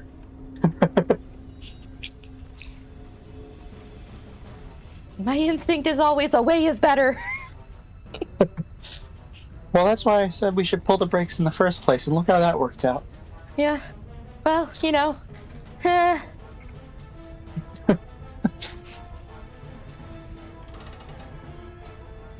enough. Okay, I'm, well, it's not my turn. I can't do anything. Yep. Zolos, you're up next. Is Skarn, or did Skarn just go? Yep, Skarn just went. It's your turn. I mean, we gotta be within, what, 3 hexes, 4 of the ballista, I think, right? Correct. So we're kind of out of the range. I mean, he would, I guess, since they're behind us now, he's gonna make for the top deck and go join Lejeune up there, just so I guess make sure the other one's prepped, ready to go. I mean, we don't really hold actions, right? No, not really. Yeah. So, I mean, he's just gonna move to get on top to get to those ballista for now. Okay, fair enough. Next up is the enemy ship. The enemy ship is going to have to move like this. That's 1, 2, and 3. It's beginning to turn itself towards your ship, which means it is getting itself into range to fire at you. So, Lark, I'm going to need you to make another roll to react. You're aiming for that 4. Is this the cannon again? This is the cannon again. I'll go ahead and send my last 2 effort. Let's keep dodging, hopefully. Okay, you're using 2 dark dice here, Lark.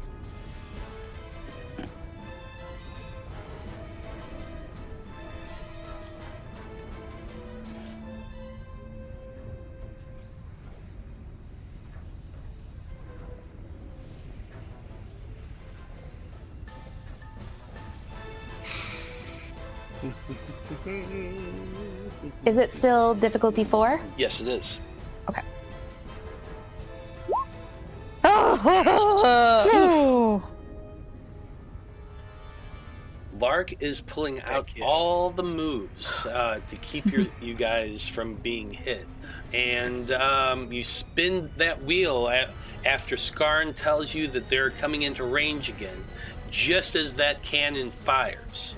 And it whizzes right past you. Dr. Bloom, you're up. Fires out. Fires out. Boomy ran into the engineering room and started messing with things. You can hear him clinking away. Boomy, do you need help in there? Take a hand. Yeah, okay. I'm gonna do that. I'm gonna go run in there and help. All hands on deck. Wings too, I guess. So you see Boomy half wrapped around a metal tube, trying to twist it and bend it into place to get it to connect to another one. They're gonna attempt to assist him. So roll for me a. God, I don't even know what this would be. I guess you're just going to be rolling an attempt to help, but you don't know a whole lot about engineering or repair work. So you're going to be rolling a d12. You're aiming for a 5. Okay. Boomy's just got like a blowtorch. He's trying to just like melt things together to like keep them in place. Mm-hmm.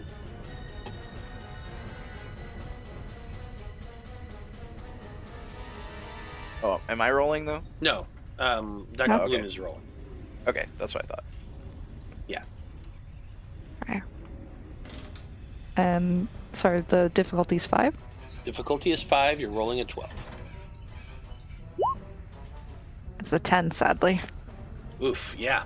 Yeah. You try to grab onto that pipe and move it to help Boomy, but it's metal. It's very, very rigid, and we've already established you're weak as fuck. It's true. God. Both these metals. I'm working on it. Trying. Boomy, you're up next. But I can't help here. Alright. Yeah, I got my hammer, my blowtorch. I'm ready to patch it on up. Okay. You are using your repair, which is a D8. You're still aiming for that 5. Dr. Bloom, are you using effort to help? 100%, yeah. Okay, so that's 2 dice you get to roll. Boop. 2 days. Hold on, after he does.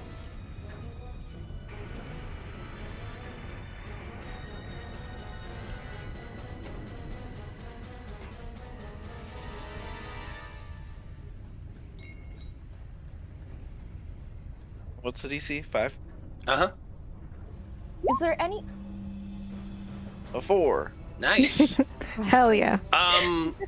While Dr. Bloom isn't the strongest, as long as they're holding the pipe into position, you're able to use your bolo torch and your hammer to just bang it down into place. You grab some wire and you start soldering it into place. That is one success. Nice. I imagine like the ship's outer hull is like made out of wood originally, and Boomy's like replacing it with metal parts, like slowly making it into like some sort of cyborg looking thing. Well, we'll find out what happens with that. Because part of my repair skill is that when I repair things successfully, I leave them in better condition than they were before. Nice. Ooh. That's So definitely going to help out replacing the wood engine. with metal. Now, that is the end of your turn. Lark, you're up next. You're starting to notice some power fluctuations. Boomy is in the process of fixing the engine, but we're at the point now in turn order where you're starting to feel some issues with the engines. It's not going to affect your movement, but if Boomy doesn't repair it this next turn, things are going to start becoming affected.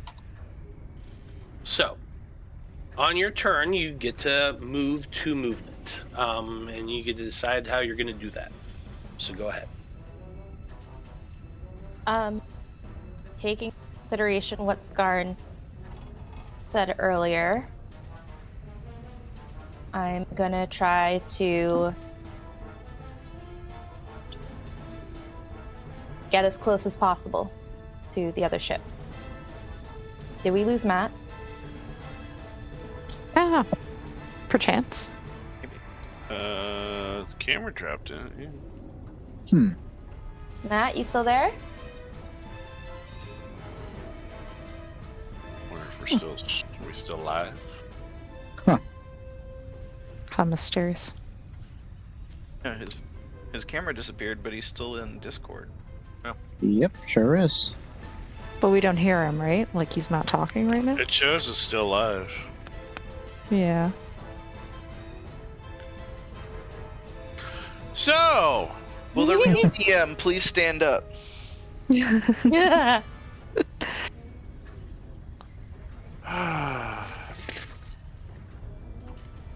we really got to pull off some really good rolls here because we're gonna die. So let's not die. We need to roll real dice.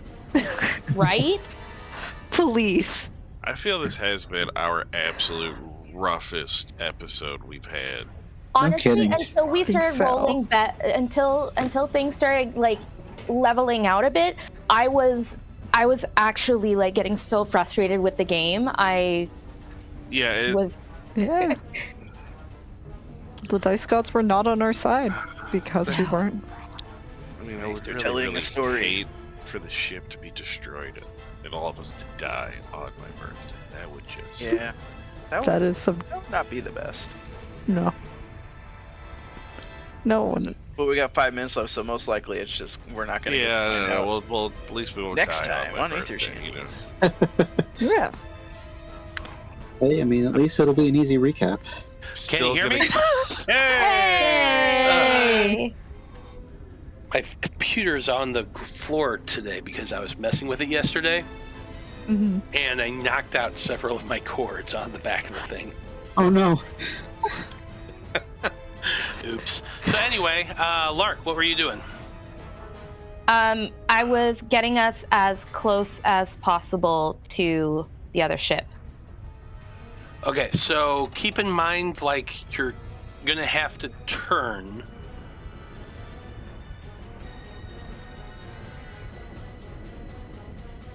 Okay, so where were you previously? Sorry, my head was under my keyboard.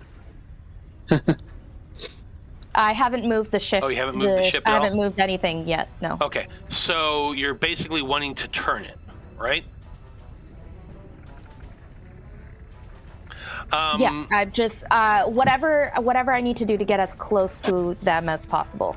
So I will allow you to make a hard bank, which will allow you to basically get to right here, but by making the path, let's see here, and then here. Okay? Which will get you pretty damn close to them and starting to turn. You're going to need to make a piloting check for me. It's going to be I think this is going to be a 4.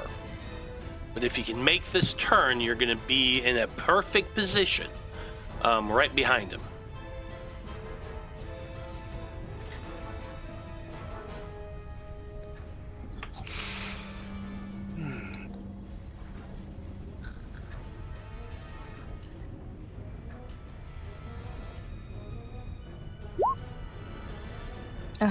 Five. Okay, so unfortunately, you weren't able to get in that great position. You were slightly. You're going to end up right about here.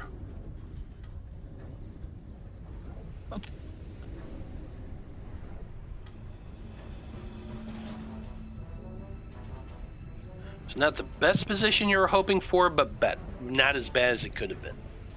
Okay. I think that's probably where we're going to end things for this evening, because it's 9:58, and that's the end of turn order. So we'll be starting up in 2 weeks with our heroes in the middle of a big battle between a pirate ship. The Wayfinder has taken some damage. The pirate ship has taken a little bit of damage, and the two of them are circling one another, attempting to get into an advantageous position. So it should be a lot of fun. I can't wait to see how it turns out. Well, thank you for watching, everybody. We very much appreciate you tuning in and hanging out with us. Come back in 2 weeks to find out what happens on this exciting pirate battle here on Æther-Shanties. I can't wait.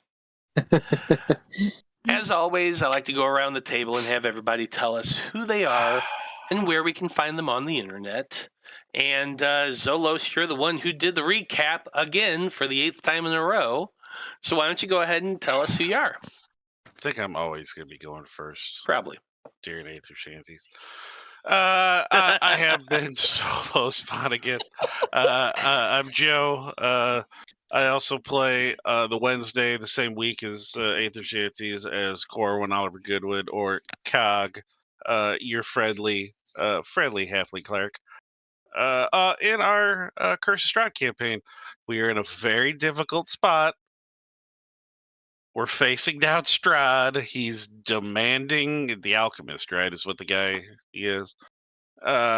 He's currently large reduce or whatever inside our bard's pocket, and our paladin might die if we don't give him up. So who knows? We all might die Wednesday. Which would really suck, because I'm happy we didn't die tonight. Because today is my birthday, and I'm going to still consider Wednesday my birthday week, so I don't want to die then either. So Cog is fully willing to be Strahd's pet. I want anyone watching from Strahd to know that I will abandon you all to keep him alive. But only for Wednesday. After that, he'll give himself up to die. It's all right. But yeah, so come Wednesday, maybe our paladin dies. I don't know. We'll find out. We'll find out, that's for sure. Blood from a Stone on Twitter, if you want to come join me. Dr. Bloom, you're up next. Hi, everyone. I'm your friendly, sickly Victorian boy medical professional, Dr. Ezra Bloom. You can find me on the internet at Static Blue Stray. Always happy to be here. I'm really glad we made it through this one, given that it's our first one of the year. So fingers crossed we make it past January. Heck yeah. Dreezy, you're up next. Yeah, hopefully we're alive for the rest of this. What up, y'all? I'm Dreezy of Boomy on Æther-Shanties, and I'm the captain of this ship. You can also find me on the internet on Twitter and Blue Sky as Devil Fetish. And also on this network, sometimes I jump in and DM some of these shots too. So be looking to one shot coming up from us. That's true. Coins' one shot should be coming up. It's going to be dropping on YouTube in about 1 week. Can't wait for that. Lark, you're up next. Oh, I'm always so good at this part of things. My name's Alyssa. I also go by Serenity on the Discords and stuff.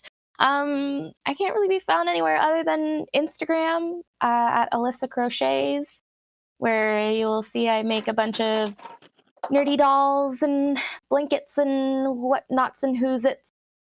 Yeah. Sorry, my frog's all the way over there. That's okay. Skarn, you're up next. All right. I am Nobody, and I have been playing your perpetually perplexed wizard tonight. You can find me on Blue Sky at Nobody Adams. That's Adams with 2 Ds like the family.